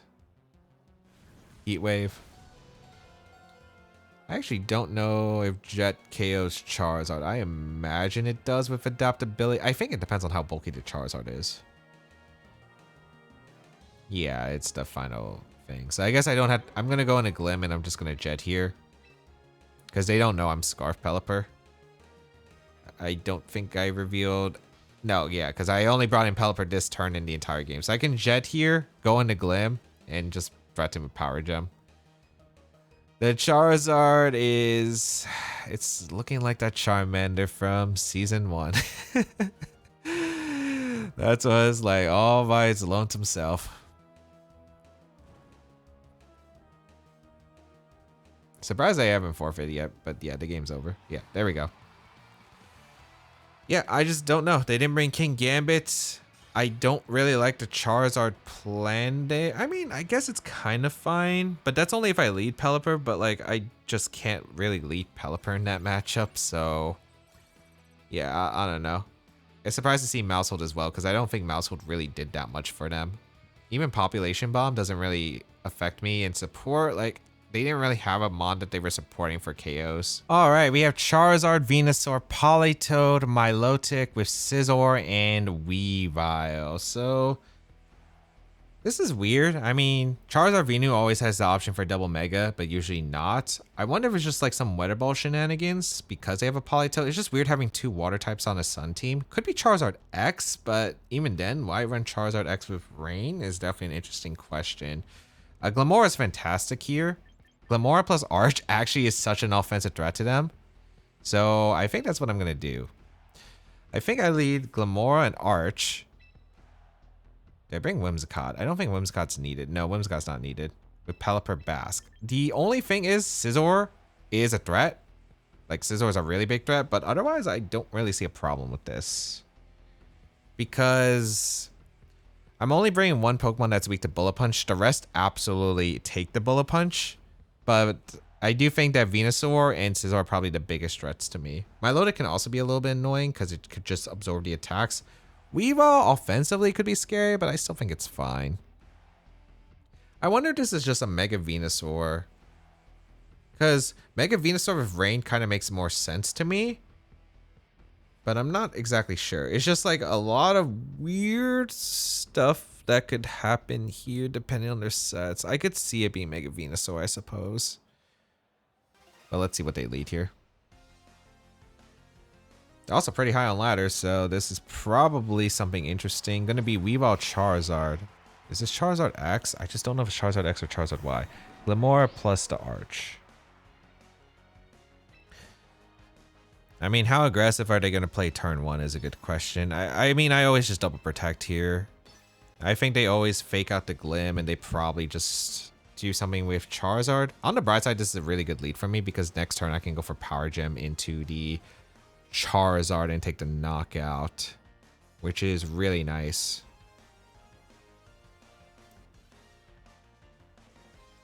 So let's see what they decide to do. I could see a swap here, but if they swap into one of the water types, I do have the Pelipper Electroshock play the next turn. Just don't be Faint turn 1. Like, Faint would be pretty bad. Faint would be pretty bad. That's the only move I'm not looking forward to. Okay, they don't Mega Evolve. Unless this is some Dragon Dance set. Alright. Double Protect. They fake out the Glim, which is beautiful because it breaks Sash. If it is Sash. Heat Wave. Okay, so it is Special Charizard, so you want to assume it is Mega Y and not X. I don't see a problem with clicking Power Gem here in Flash Cannon. Yeah, they have no swap, so I think that's always the play. They could have also, like, maybe went to Scizor. I could have seen Scizor for the Weavile, which would have made sense. They could still go Scizor here. I think Scizor makes a lot of sense. But I think that's fine if they go Scizor. Yeah, they retreat the Weavile. Is this Scizor? No, Milo. Okay, that's fine.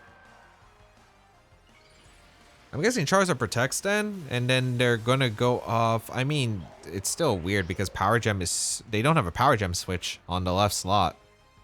Also, that Charizard's really small. The Charizard's really small. Okay. Power Gem. Into the Protect and Flash Cannon.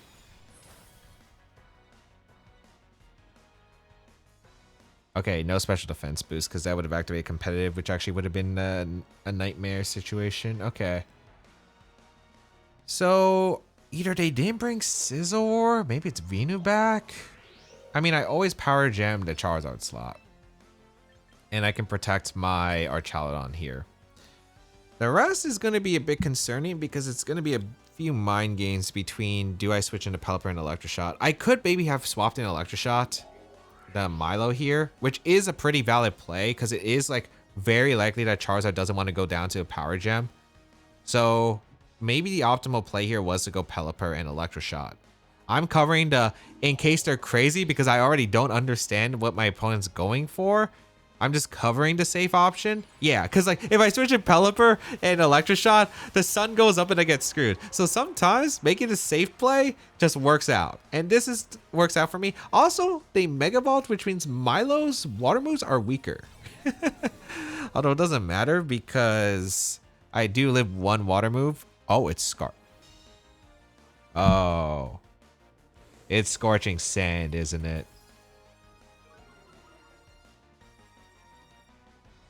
Oh, it's just what? Okay. I was like wondering why the Flash Cannon did a decent amount. But at the same time, like they could have big brained me there. I would not have anticipated Scarf Milo. I would not have anticipated Scarf Milo if they had Scorching. Like if they had Scorching, this was like actually a pretty brilliant line that they had here.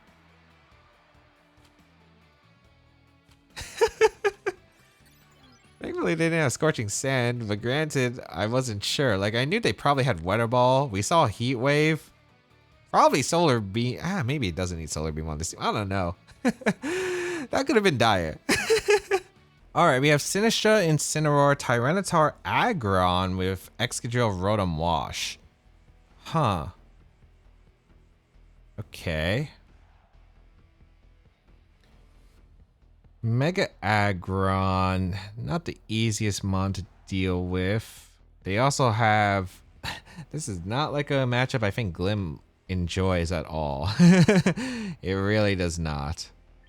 I think it's probably no Whimsicott, although Fake Tears could be nice. It's probably no Whimsicott. It's probably like I lead Arch Glim to threaten the Rotom. Although they lead Excadrill is not great, but I always have a Pelipper switch, so it's not too bad. I could go with Incin, but I don't know if I really want to bring Incin because Incin is super vulnerable to a lot of the attacks that my opponent can throw off. Hydro Pump, the Rock Slides, Body Press, High Horsepower. I'm kind of curious on what my opponent decides to bring though. Because I imagine you always bring Tyranitar. I think Tyranitar always comes out. I don't know if we bring Aggron 100%. I think Aggron's nice. Maybe no Excadrill. But Excadrill seems decent as well. Like, they have a lot of options that kind of overlap. Maybe one of Excadrill and Aggron. Rotom Tyranitar, that's fine by me. This is a great lead for me, actually. This is a great lead for me. Okay, I'll take it.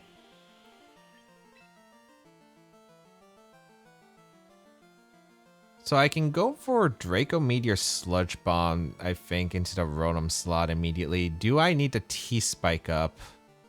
I mean, a lot of their Pokemon don't get affected by T-Spike. The only one that could be nice is Sinistra, I suppose, but I don't think it's that helpful. I think we just go for a turn one, just double up the Rotom with our Mega Evolution, and we just go for a Sludge Bomb into Draco. Even if they switch in like Aggron or something, that's fine. Alright, they stay with both. It could be like Scarf Rotom and they go for Hydro Pump, but with the Sand, I'll definitely live. Okay, it is Volt Switch here, but they don't know what I locked into. And as you can see, at least we confirm it's Scarf Rotom because that's actually really important information. Good Aggron.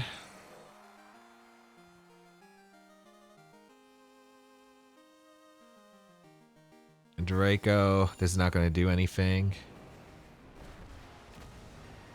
Actually, that did a decent amount of damage even through the Sand Special Defense boost. Is this Rock Slide? White Herb. Low Kick. Okay, that doesn't do too much. It did a decent chunk, actually.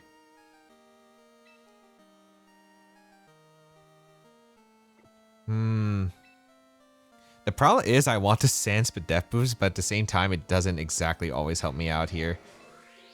Flash Cannon Earth Power could knock out the Tyranitar, but I think it's like decently low odds here. Is there a way I could prevent both my Pokemon getting lost? Because the thing is, Aggron could easily protect or switch out. I think it's double protect. I don't think they're going to Iron Defense, and I get to scout for what they do. I could see Aggron switching out to Rotom and Low Kick again. Or they Mega Evolve here. Okay, that makes sense. The thing is, they're what? This is fine.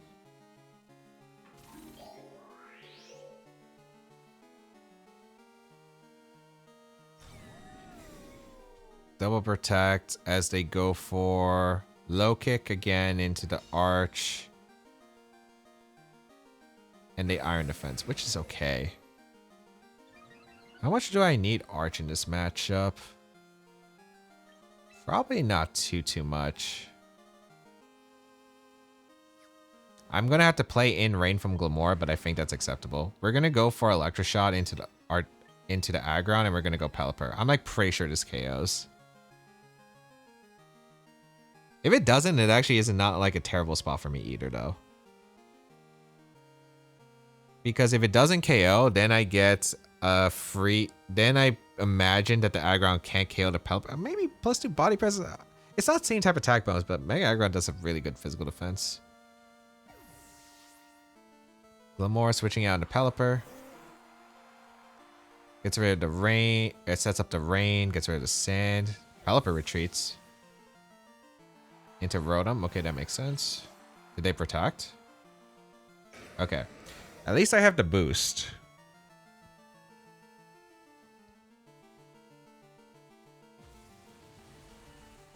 I do have the boost.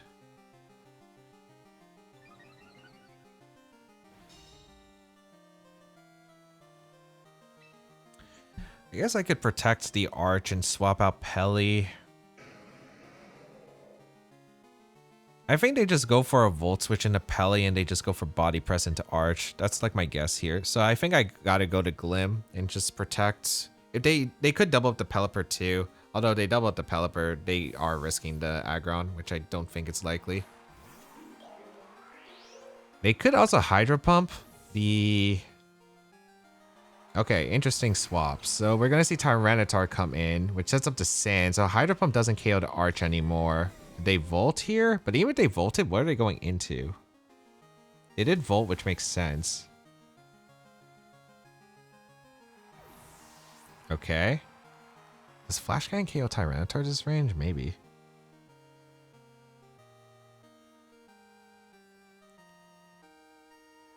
Incineroar. Incineroar coming in is interesting.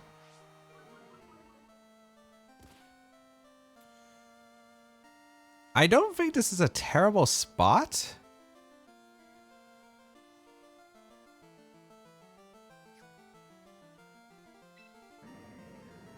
So they could fake out the Arch, or they could fake out the Glim. Earth Power does not knock out the Tyranitar. I don't need Arch to win the game, though it is helpful here. I could double swap too. Maybe if I double swap, unless they go Rotom here, which I think is super unlikely. Because I'm going to double swap because if they fake out low kick, this works out for me. But I'm just trying to figure out, because I did just protect earlier. So I'm bringing out Pelipper, and then I threaten Liquidation and Weather Ball. And they don't have good switches into both of those attacks, so I could probably take a knockout or heavy damage onto the Aggron at the very least. They fake out the Glim, and they do low kick. Okay, beautiful. So they have to switch out, I think, the Tyranitar. So this is a free Liquidation and a free Weather Ball. Yeah. Okay, nice. I got a hard read right and it worked out. Going hard Bask on it was really nice. Okay. Now I'm in a fantastic spot to actually be able to. And the reason, again, switching on to Pelipper, not only for the water boost, but also because I get to keep my Sash intact for the Basculegion for 1 turn guaranteed. So unless it's Partial Berry Incineroar, or maybe Partial Berry Tyranitar, I'm in a really good spot. Because now they do not have the best switch-ins. And you want to assume that Tyranitar probably most likely switches out, which means that it's eating up an adaptability boosted Liquidation, which is going to do a lot to the Rotom. Oh, and if they go Aggron, they're still taking a lot of damage, so this is worth it for sure. Because there's a lot of multipliers. I would have preferred the other way, but this is still worth it. Weather Ball KOs the Incin, beautiful.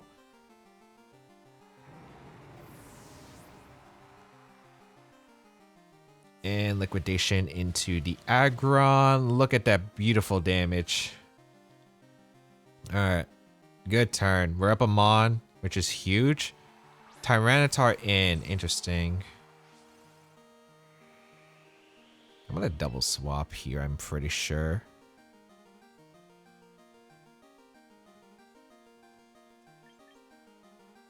The switch is a bit obvious.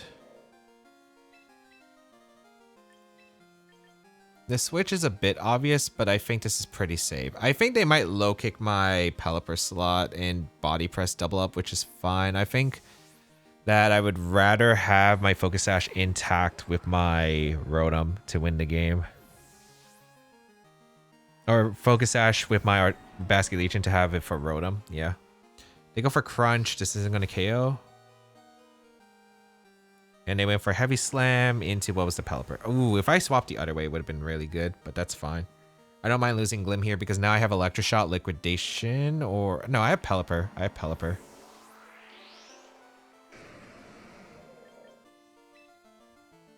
Yeah, and I can go Pelipper. I can Weather Ball plus Electroshot the Tyranitar slot, I think.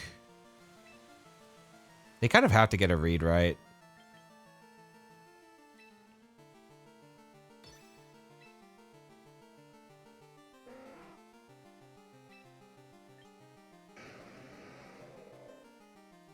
Or I could swap out the Pelipper into Basque, which is not a bad play either. I could double up the Rotom, or I could... The problem is I think I KO Bulkless Rotom with Electroshot. Let's see. They do retreat to Tyranitar. That's good for me. This is out in the Rotom. Did they play aggressive with the Aggron or not? Because I could double up the Rotom with Weather Ball Electroshot. No, they didn't. Okay. If Electroshot doesn't KO, we're actually kind of in a concerning position. But we'll see. I guess it's not that bad. It's not great, though. I think it just comes down to, do I KO the Rotom? Because it took a bit of damage earlier, right, from the sand. Oh, no, it's full health.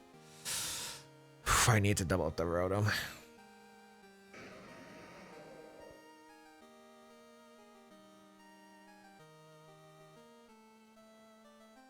Is this Tyranitar and Volt Switch the Arch?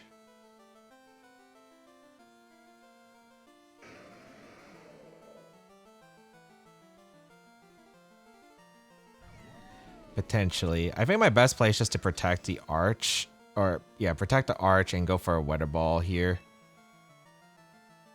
Into the Rotom. I think Aggron switches out to Tyranitar and they Volt Switch. Yeah. Okay, that's good for me. But it depends on, did they Volt Switch the Arch or the Volt Switch the Pelipper? I could see either slot. Oh, I'm faster than the Rotom because they're Modest Scarf and I'm Timid Scarf. So I get rid of the Rotom. That's actually huge for me. Okay, getting rid of Rotom is nice.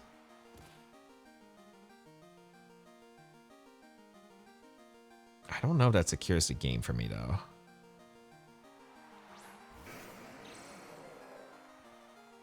No, the game is definitely not over yet. Okay.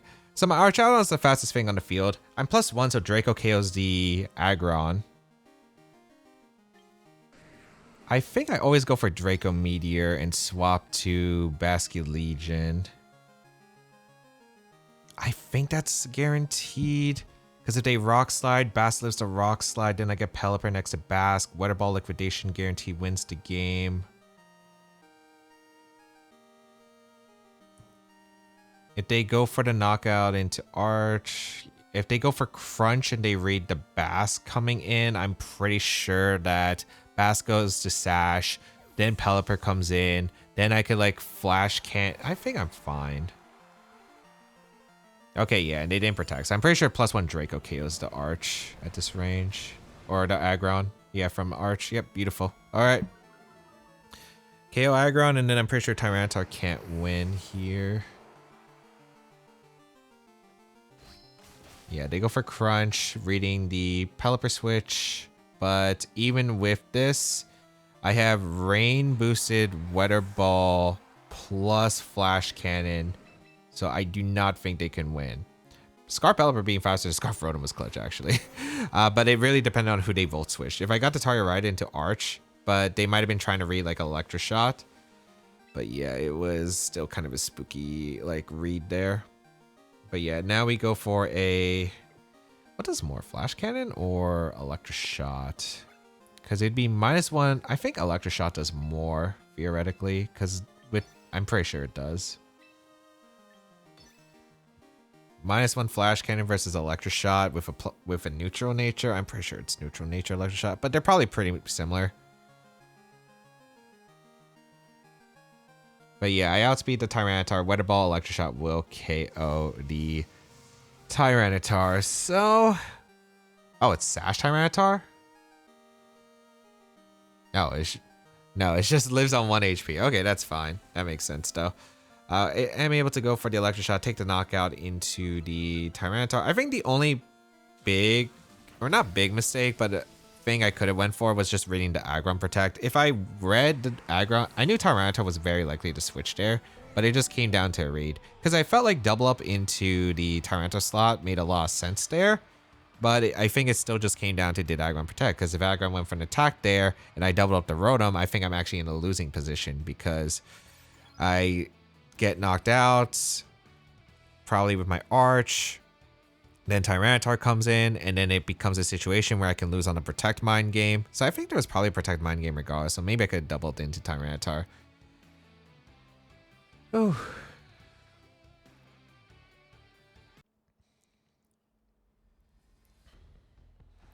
All right, we have Charizard, Whimsicott, Basculegion, King Gambit, Sneasler, and Garchomp. So, adaptability, Scarf Basculegion is very likely here. Very, very offensive paced Tailwind team. The Garchomp's going to be the most concerning mon.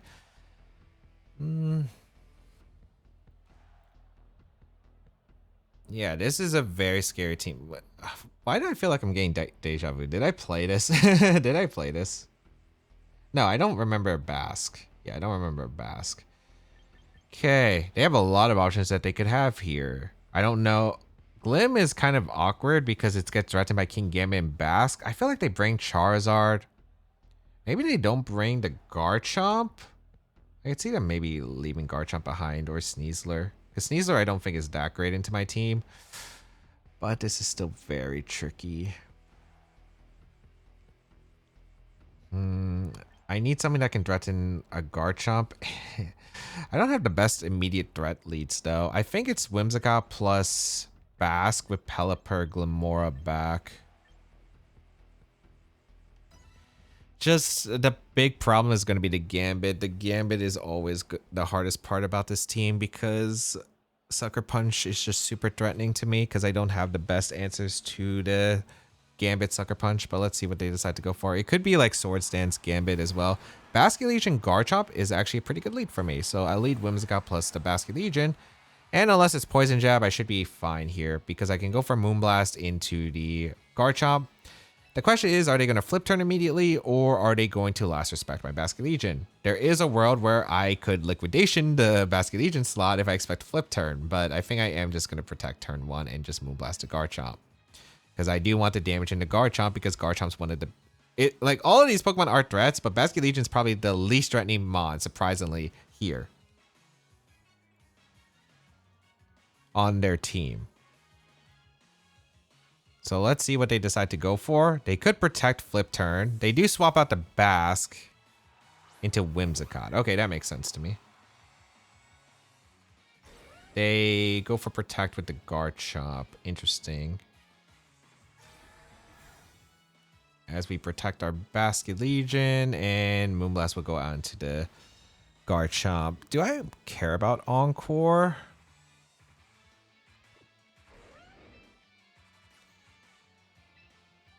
Well, I do have a safe play, which is just involves Encore the Garchomp and swap to Glimmora, because if their last mon's Charizard, Glim covers the Charizard coming in.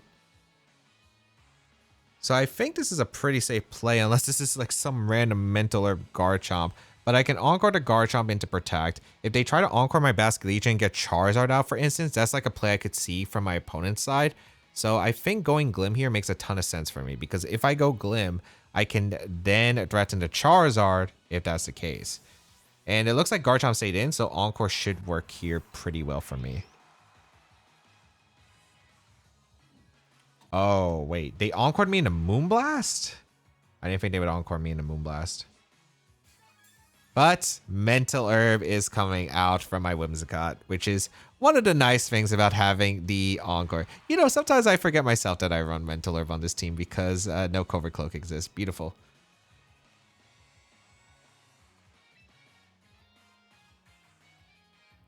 Now I can go for Moonblast into the Whimsicott, and I can Sludge Bomb the Whimsicott.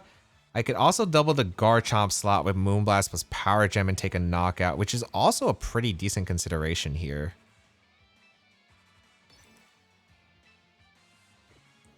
Or I guess Fake Tears. Fake Tears Power Gem should get everything. I don't think Lastmon's Gambit at this point. Because if it's Lastmon Gambit, I think they're really, really weak to Charizard. So I'm going to Fake Tears Power Gem.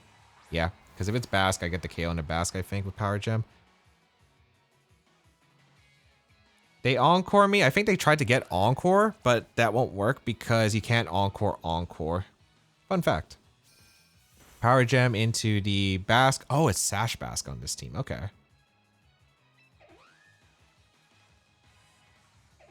So it's not Sash Whims. That's fine. I got good damage there immediately.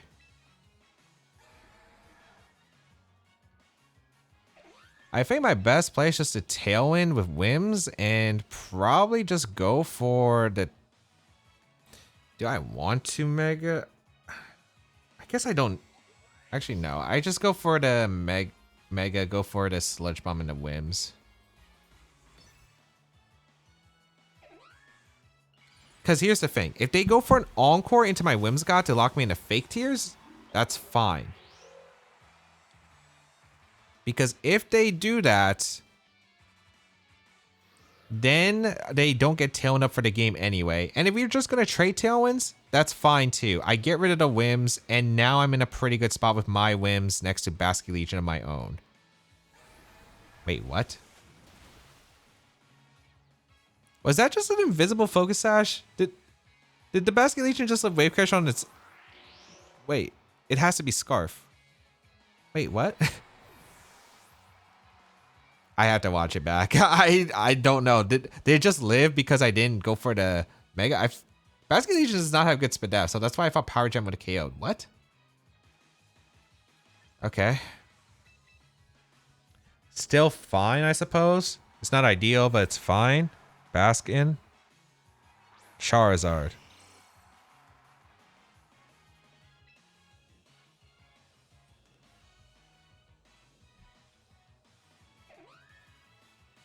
My best play is to Encore the Whimsicott and last respect the Charizard, I think. I think it's very likely that they go for an Encore into my Whimsicott, which is fine because if they take the knockout with their Charizard into my Whimsicott, I get a 2 last respect boost and Charizard doesn't have the best Spadef, so I think that's fine. And also if Whimsicott doesn't go for Encore, they get locked into Tailwind. So we're going to see the Megazard Y. That makes sense. I guarantee Basculegion can't go down this turn, basically, with the Encore. Yeah, beautiful. Okay, that worked out. I need you to hit Heat Wave. I guess like if I dodge, it's not terrible, but it's not great. Yep, they went for like Moonblast Solar Beam or Moonblast Heat Wave. Yeah, perfect. Beautiful. All right, Glim goes down. Excellent. And we are going to be able to get a last respect into the Charizard, which will take the knockout. Beautiful. Okay. And now we go on to Pelipper. I guess it could be Scarf Garchomp. Did we ever find anything that could confirm the Garchomp? Did we have an interaction that could? I don't think we... Oh, no, it protected. Yeah, so we're fine. So we can go for Ice Beam Aqua Jet, which should be safe enough to KO here. I could also double the Whims in case Garchomp protects, which is fair as well. How many turns of Encore are on the Whims? It's 2. So I guess Ice Beam Aqua Jet isn't terrible, though, into the Whimsicott. Because I don't think Garchomp can take a knockout into any of my Pokemon regardless. Okay, they didn't protect, but it's fine. I do get Aqua Jet plus Ice Beam. Should KO the Whims.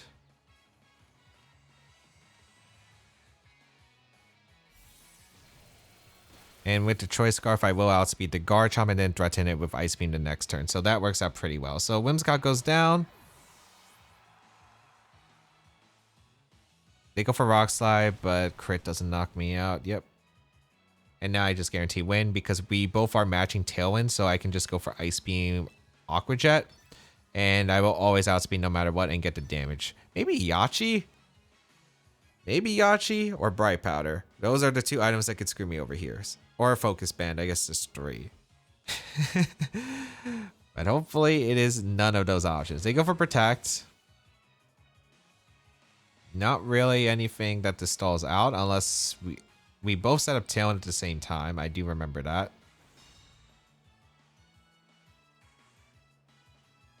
Yep.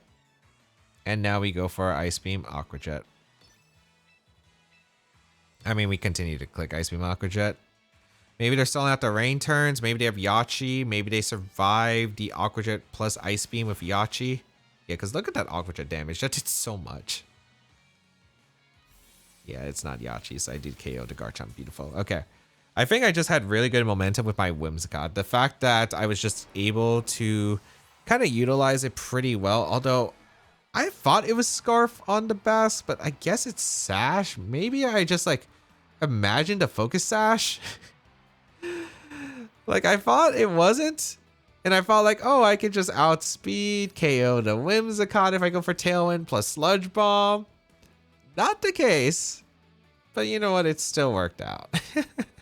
Alright, we have Sneasler, Rotom Heat, Incineroar, Sinistcha, Aerodactyl, and Gardevoir. So 2 different Mega Evolutions, potentially. The Gardevoir and the Aerodactyl. I'd assume it's probably Mega Gardevoir. Mega Gardevoir makes a lot of sense here. Which would mean my Glimmora is really... Like, Glimmora is really good in this matchup. I mean, really good. Okay. Do I need Rain? Rain is good, but it's not like necessary.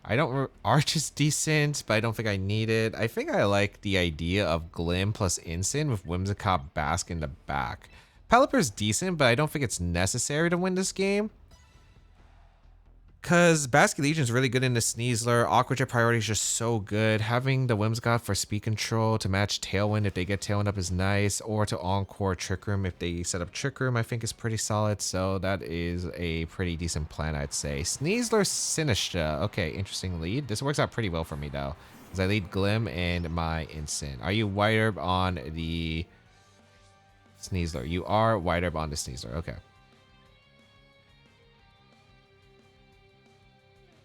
So do I want to potentially try to... There's nothing on their team that I really care about Toxic Spikes. Other than maybe Gardevoir. Gardevoir's like the only one. But even then, I don't think it's that big of a deal. I think I'm just going to go for a... Mega Evolution. The question is, do I Sludge Bomb the Sinistcha or do I Earth Power the Sneasler? I think I Earth Power the Sneasler. They might fake out my... No, they're not going to fake out my Glimmora for the T-Spike, I think. I think I just I fake out Earth Power the Sneasler. I think that's a pretty reasonable play. Sinistcha switches out, which is actually great for me. Incineroar. Okay. Do they have Protect on the Sneasler? If they didn't Protect the Sneasler, I just get a KO on Sneasler turn 1, which is great. Which I'll gladly take.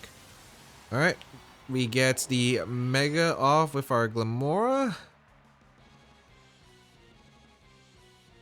They go for Fake Out. Okay, that makes sense. I don't mind this because I still think I'm in a really good spot with Glim overall. So I guess they're going to fake out the Glim the next turn. And they're probably just going to fake out the Glim. Go for Close Combat into the Incineroar. So I kind of like the idea of just Whimsicott or Bask. Bask is in a really good offensive spot. So I think I'm actually going to go Bask. They're going to retreat the Incin. Oh, I almost debate about not attacking here. But this actually works out. It's just fine.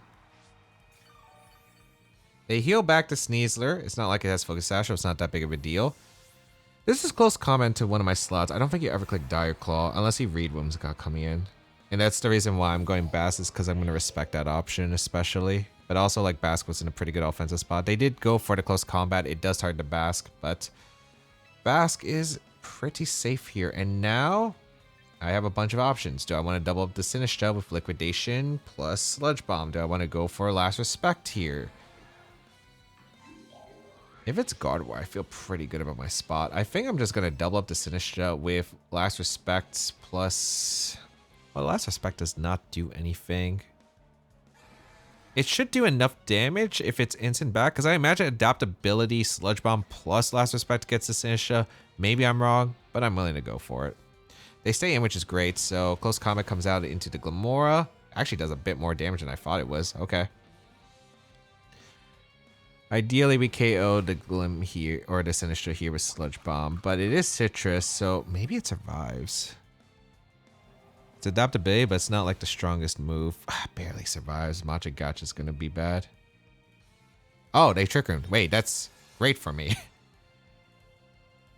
That's really good for me because the Sneasler is fast because of its Unburden. So I can go for an Earth Power into the Sneasler and I can go for Aqua Jet into the Sinistcha. Okay, that works. I got a little bit lucky there, but that works out. Sneasler going to go to Incin? Yeah. Debated about Power Gemming, but I felt like it made no sense to go for Power Gem in that situation. Aqua Jet definitely KOs the Sinistcha, so that was worth it to me. Okay, pretty decent turn. Pretty decent turn. And we get an Earth Power off into the Incineroar. Maybe Drill Chop is better than Crunch, mainly because if it is Gardevoir in the back, and I'm assuming if they went for Trick Room, it is probably Gardevoir in the back. It was a better thing to have the option. Okay. Trace, Adaptability. Well, they were guaranteed Adaptability because this was a double Adaptability slot here, so they were guaranteed it. But I think we can just go Instant and we can go for a Protect. It's pretty reasonable because then I can go for like Liquidation, Fake Out the next turn. And they're not in a good spot. So we bring out Incineroar. Get the Intimidate off. Into their Incineroar. They are going to Mega Evolve Gardevoir and reveal the Mega Gardevoir. So this is not terrible. This is not terrible. So we will protect our Basks to preserve our Sash. This is probably just Hyper Voice and something with the Instant. They go for Drill Chop into the Bass slot and Hyper Voice. Yep.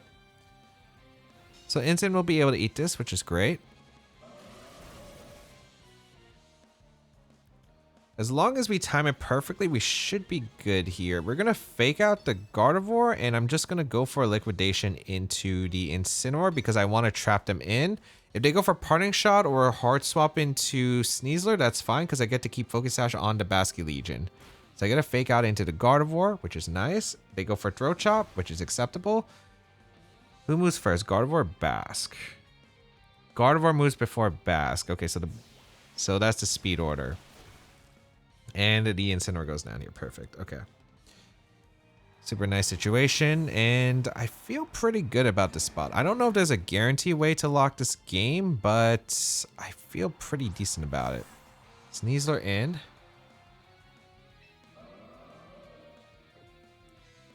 How many turns? Last turn of Trick Room.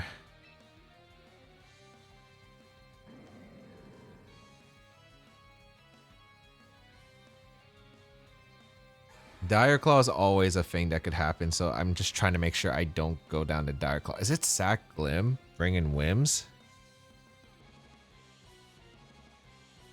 It might be. I think it's Sack Glim for the Last Respect power and protect the Basculegion. Because even though Glim can threaten the KO onto both of these Pokemon, I don't think it's necessary here. Also, I think I have a play the next turn that could be really good depending on if I expect both of these to have Protect. They go for a Fake Out into Glim and Hyper Voice. Yep. Okay.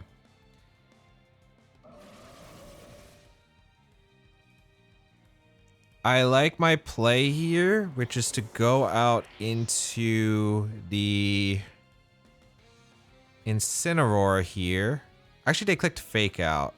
No, I'm fine. I just go out into Whimsicott and I click Encore into Sneasler to lock in the Fake Out, and then I just Last Respect to the Gardevoir. Even if I don't KO the Gardevoir, it can only Hyper Voice, which isn't which won't knock out the Whimsicott. And the Last Respect, even if it doesn't KO Gardevoir because of the Intimidate, it will be put into Moonblast range. So that is the way I guarantee lock this. So yeah, I go for Last Respect into Gardevoir. So I think this was correct. I get the Encore off into Sneasler, which means that it's locked into Protect. And then I can start focusing down the next turns. Go for Fake Out. Oh wait, it's actually going to struggle actually. It's going to struggle instead. But Last Respect does KO Gardevoir. So Gardevoir goes down and we secure the endgame. So that's what I thought, like how the endgame would play out when I saw the interactions. If the Caesar didn't lock in to Fake Out, it would have been an interesting endgame, but I wasn't 100% sure. Because I could actually go for Flare Blitz with my Incineroar in that situation in Sneasler to put in Aqua Jet range, and then they could lose to Glimmora plus the Bass. So I was like, okay, if they click Fake Out, I'm actually in a pretty good spot. So, and they could also try to hope that I'm not Citrus Berry and Fake Out plus Hyper Voice KOs the Incin. They also wanted to deny Parting Shot potentially, but glad I was able to set up a really secure endgame. Okay, this matchup does not look fun. Tyranitar, Garchomp, Sneasler, Corviknight, Rotom Wash, and Aegislash. I've never seen such a hostile matchup towards Glimmora. Actually, no, I have. I've seen it a few times. For some reason, I've been playing very hostile stuff against Glimmora. Where are the Sun teams? Okay, where do I want to go with this? Do I want Incin? Probably not. Just dealing with the Corviknight is just so tricky.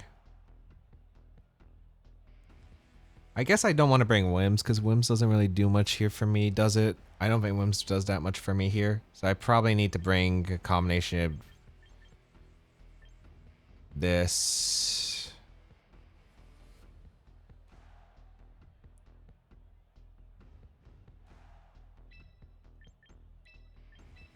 Yeah, I think this can work. I need Pelipper in the back, and I'm thinking of having Arch in the back because I really need Arch to beat the Corviknight generally. I think Rotom Wash Tyranitar is definitely coming. The back two is kind of questionable. I don't think Sneasler should come, but they might bring it as their Arch answer because they do need answer to Arch. I don't think Aegislash comes in this matchup because like Aegislash is really slow pacing against my team, but it could be a good pivot. Okay, they lead Aegislash Rotom. That's fine. Although Archaludon would have been a better lead than Basque here, but that's all right.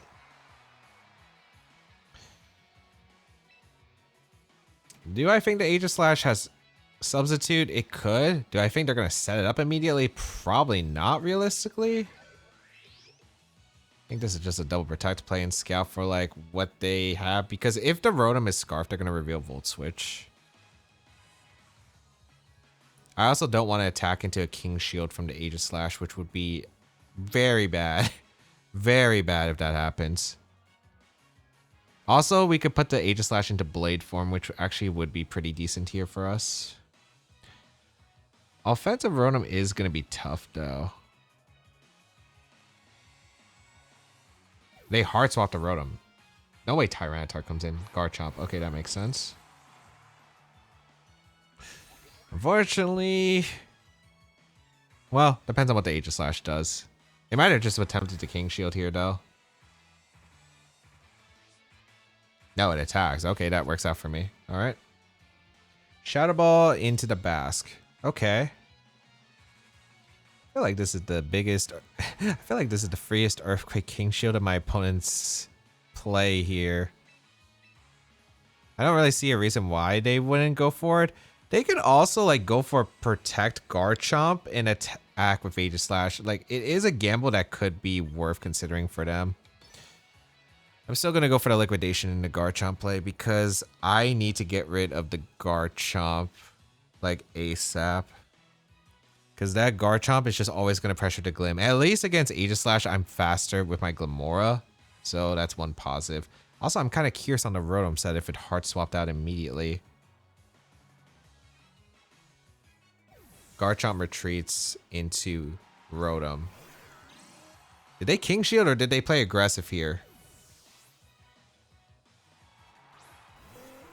I think they played aggressive with the Aegis Slash, but granted, at least I'd get a liquidation off. Okay, never mind. That works because they just gave me free damage onto the Rotom, which is very much appreciated. I would gladly take that. So here's a liquidation. Is it? Well, I guess I don't have to worry about Corv back, because if it was Corv back, it would have been more threatening. We get a defense drop on the Rotom, which is kind of nice.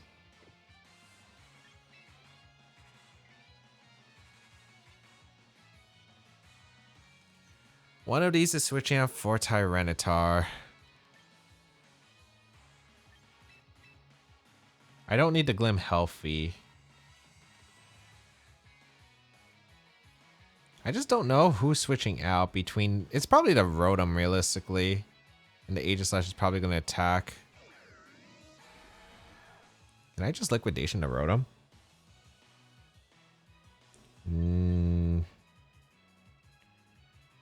No, I think it's better to play a mind game the next turn. I think Rotom's heart switches. Also, if... Yeah, I think it should. We already know it's bulky Rotom. Oh, they didn't heart switch. Is this T-Bolt? Is this Volt Switch? Volt Switch, okay. But it's not Scarf. I'm like pretty sure it's not Scarf because Liquidation did way too much. I think it just has Volt Switch. So this is probably Garchomp again. And then we're going to play the same game. Yeah, Garchomp, Shadow Ball, or did they go for... well, Shadow Ball into which slot? They targeted the Basculegion, okay. I kind of want to read them to attack with the Aegis Slash. I do. I'm going to liquidation the Aegis Slash. I don't know if they're going to risk it because they could go for Stomping here. I think Stomping is fine. Or are they going to switch out the Aegis Slash into T-Tar and just click Stomping? Which is also fair play, I think. I don't know. The way they just immediately swapped out the Garchomp makes me think that there's something I'm missing. But they did stay in with the Garchomp. So did they Earthquake this time? No, they do retreat to Aegis Slash. Is this T-Tar? I actually don't mind this. I get a lot of damage into T-Tar. And there's no Corviknight that I have to worry about. And the Garchomp is vulnerable to Ice Beam in a couple turns. They actually went for Dragon Claw, which... Is that better? I took a bit more damage on the Bass, but granted, the Tyranitar is really low, which is nice for me. The problem is, I think this could be Sandveil on the Garchomp, which is not ideal. Which is very, very, very not ideal. I think Garchomp's always going to go on the offense. Tyranitar probably hard swapping out to preserve the weather, probably into like Rotom. I think they Dragon Claw the Bask and probably go for a swap back into Rotom.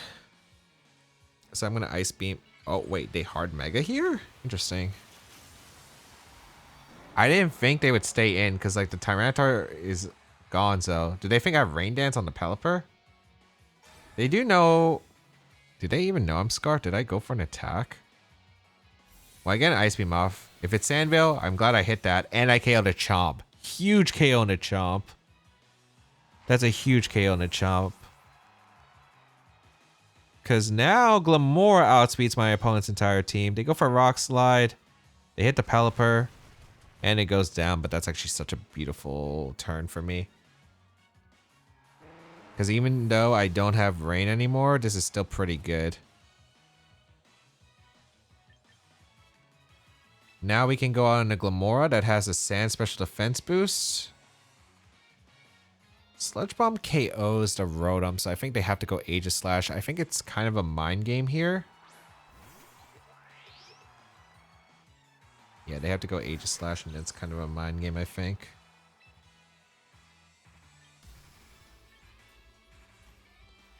Tyranitar can't knock out the Aegis Slash. An interesting spot. The Aegis Slash is easily the biggest threat. They could have Shadow Sneak though. Also, it could be just max attack Tyranitar.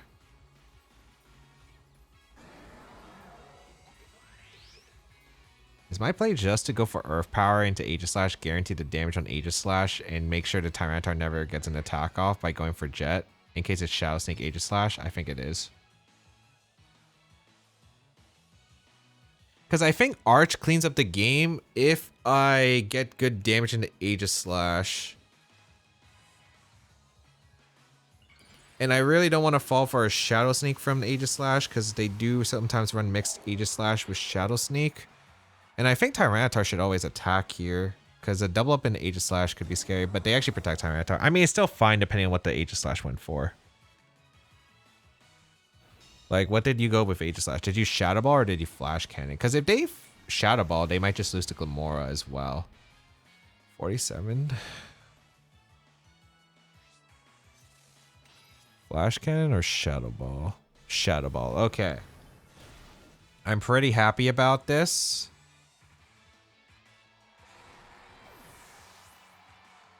I would say I'm pretty happy about this. It's also not...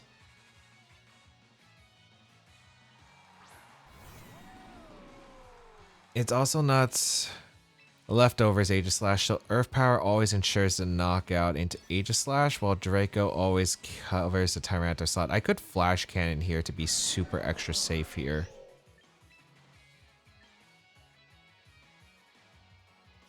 The problem is the Rotom is low, and it could be Citrus. So I think my best play is to always Draco to cover the Rotom, because even if I miss Draco, I mean, it only is bad if Tyranitar stays in and I miss Draco. But I could see Tyranitar switching out to Rotom, but they stay in, which is fine. So they get the stance change, they get a King Shield off. Perfectly acceptable. Earth Power into the Aegislash. I just gotta hit the Draco. I should probably never open my mouth. I should probably never open my mouth. Oh, they only went for knockoff. Okay, that's not too bad. Yeah, no, that's fine. I can Earth Power Flash Cannon the Tyranitar. Although, maybe I should have Sludge Bombed the Aegislash. Maybe Aegislash switches out this time into Rotom. I think that's actually a decently likely chance. I also thought about going for like Sludge Bomb into Tyranitar and Electroshock into Aegislash as well. I did debate about that, not this turn, the last turn, which would have also been a game-winning play, which maybe I should have because it was probably like this ideal line. We'll see though. Like, I still think I'm in a really fantastic spot, but I could still lose. Yeah, they did retreat the Aegislash into the Rotom. Makes sense. Okay.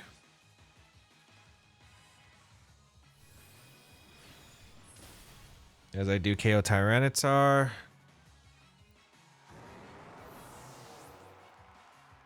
I'm like pretty sure. Okay, Sand subsides. Not that big of a deal.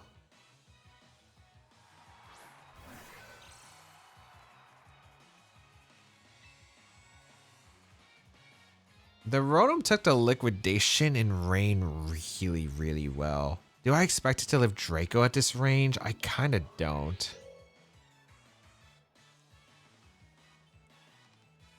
Aegislash is vulnerable to the Earth Power. I don't think Protect Rotom is ever a play from my opponent. I think if you're going to Protect, it would be the Aegislash and go for a Hydro Pump with Rotom. So I'm going to go for Draco. There's also a chance maybe I'm super wrong and this is Scarf Rotom, but let's see. I will get a Spiky Shield off. They did King Shield with the Aegislash. I did get that turn right. Is it Scarf Rotom? We get to confirm now. Okay, Draco comes out. Do we KO the Rotom? We do. Okay, yeah, so it was over as long as I hit Draco. Or unless they protect the Rotom, but I just don't think they're protecting Rotom in that situation because they need... Because like Earth Power and Aegislash, which is ensured, I think they were hoping that Rotom could survive one attack or dodge a Draco. So yeah, we get an Earth Power and we get a Flash Cannon off, and that will seal the win. So, ooh, okay. Glimmora putting in the pressure that I need to, because it was actually kind of hard for my opponent to deal with Glimmora once I got rid of the Garchomp. If it was Sandvale Garchomp, I am glad I hit the Ice Beam, but somehow I had Glimmora be able to do something against this really Spadef team that did not like, that was able to kind of threaten Glimmora every time. So, but luckily I played aggressive on the turns I needed to. I was able to get a ton of damage into Tyranitar on the switch. Wasn't expecting the Mega Evolution on Tyranitar as well.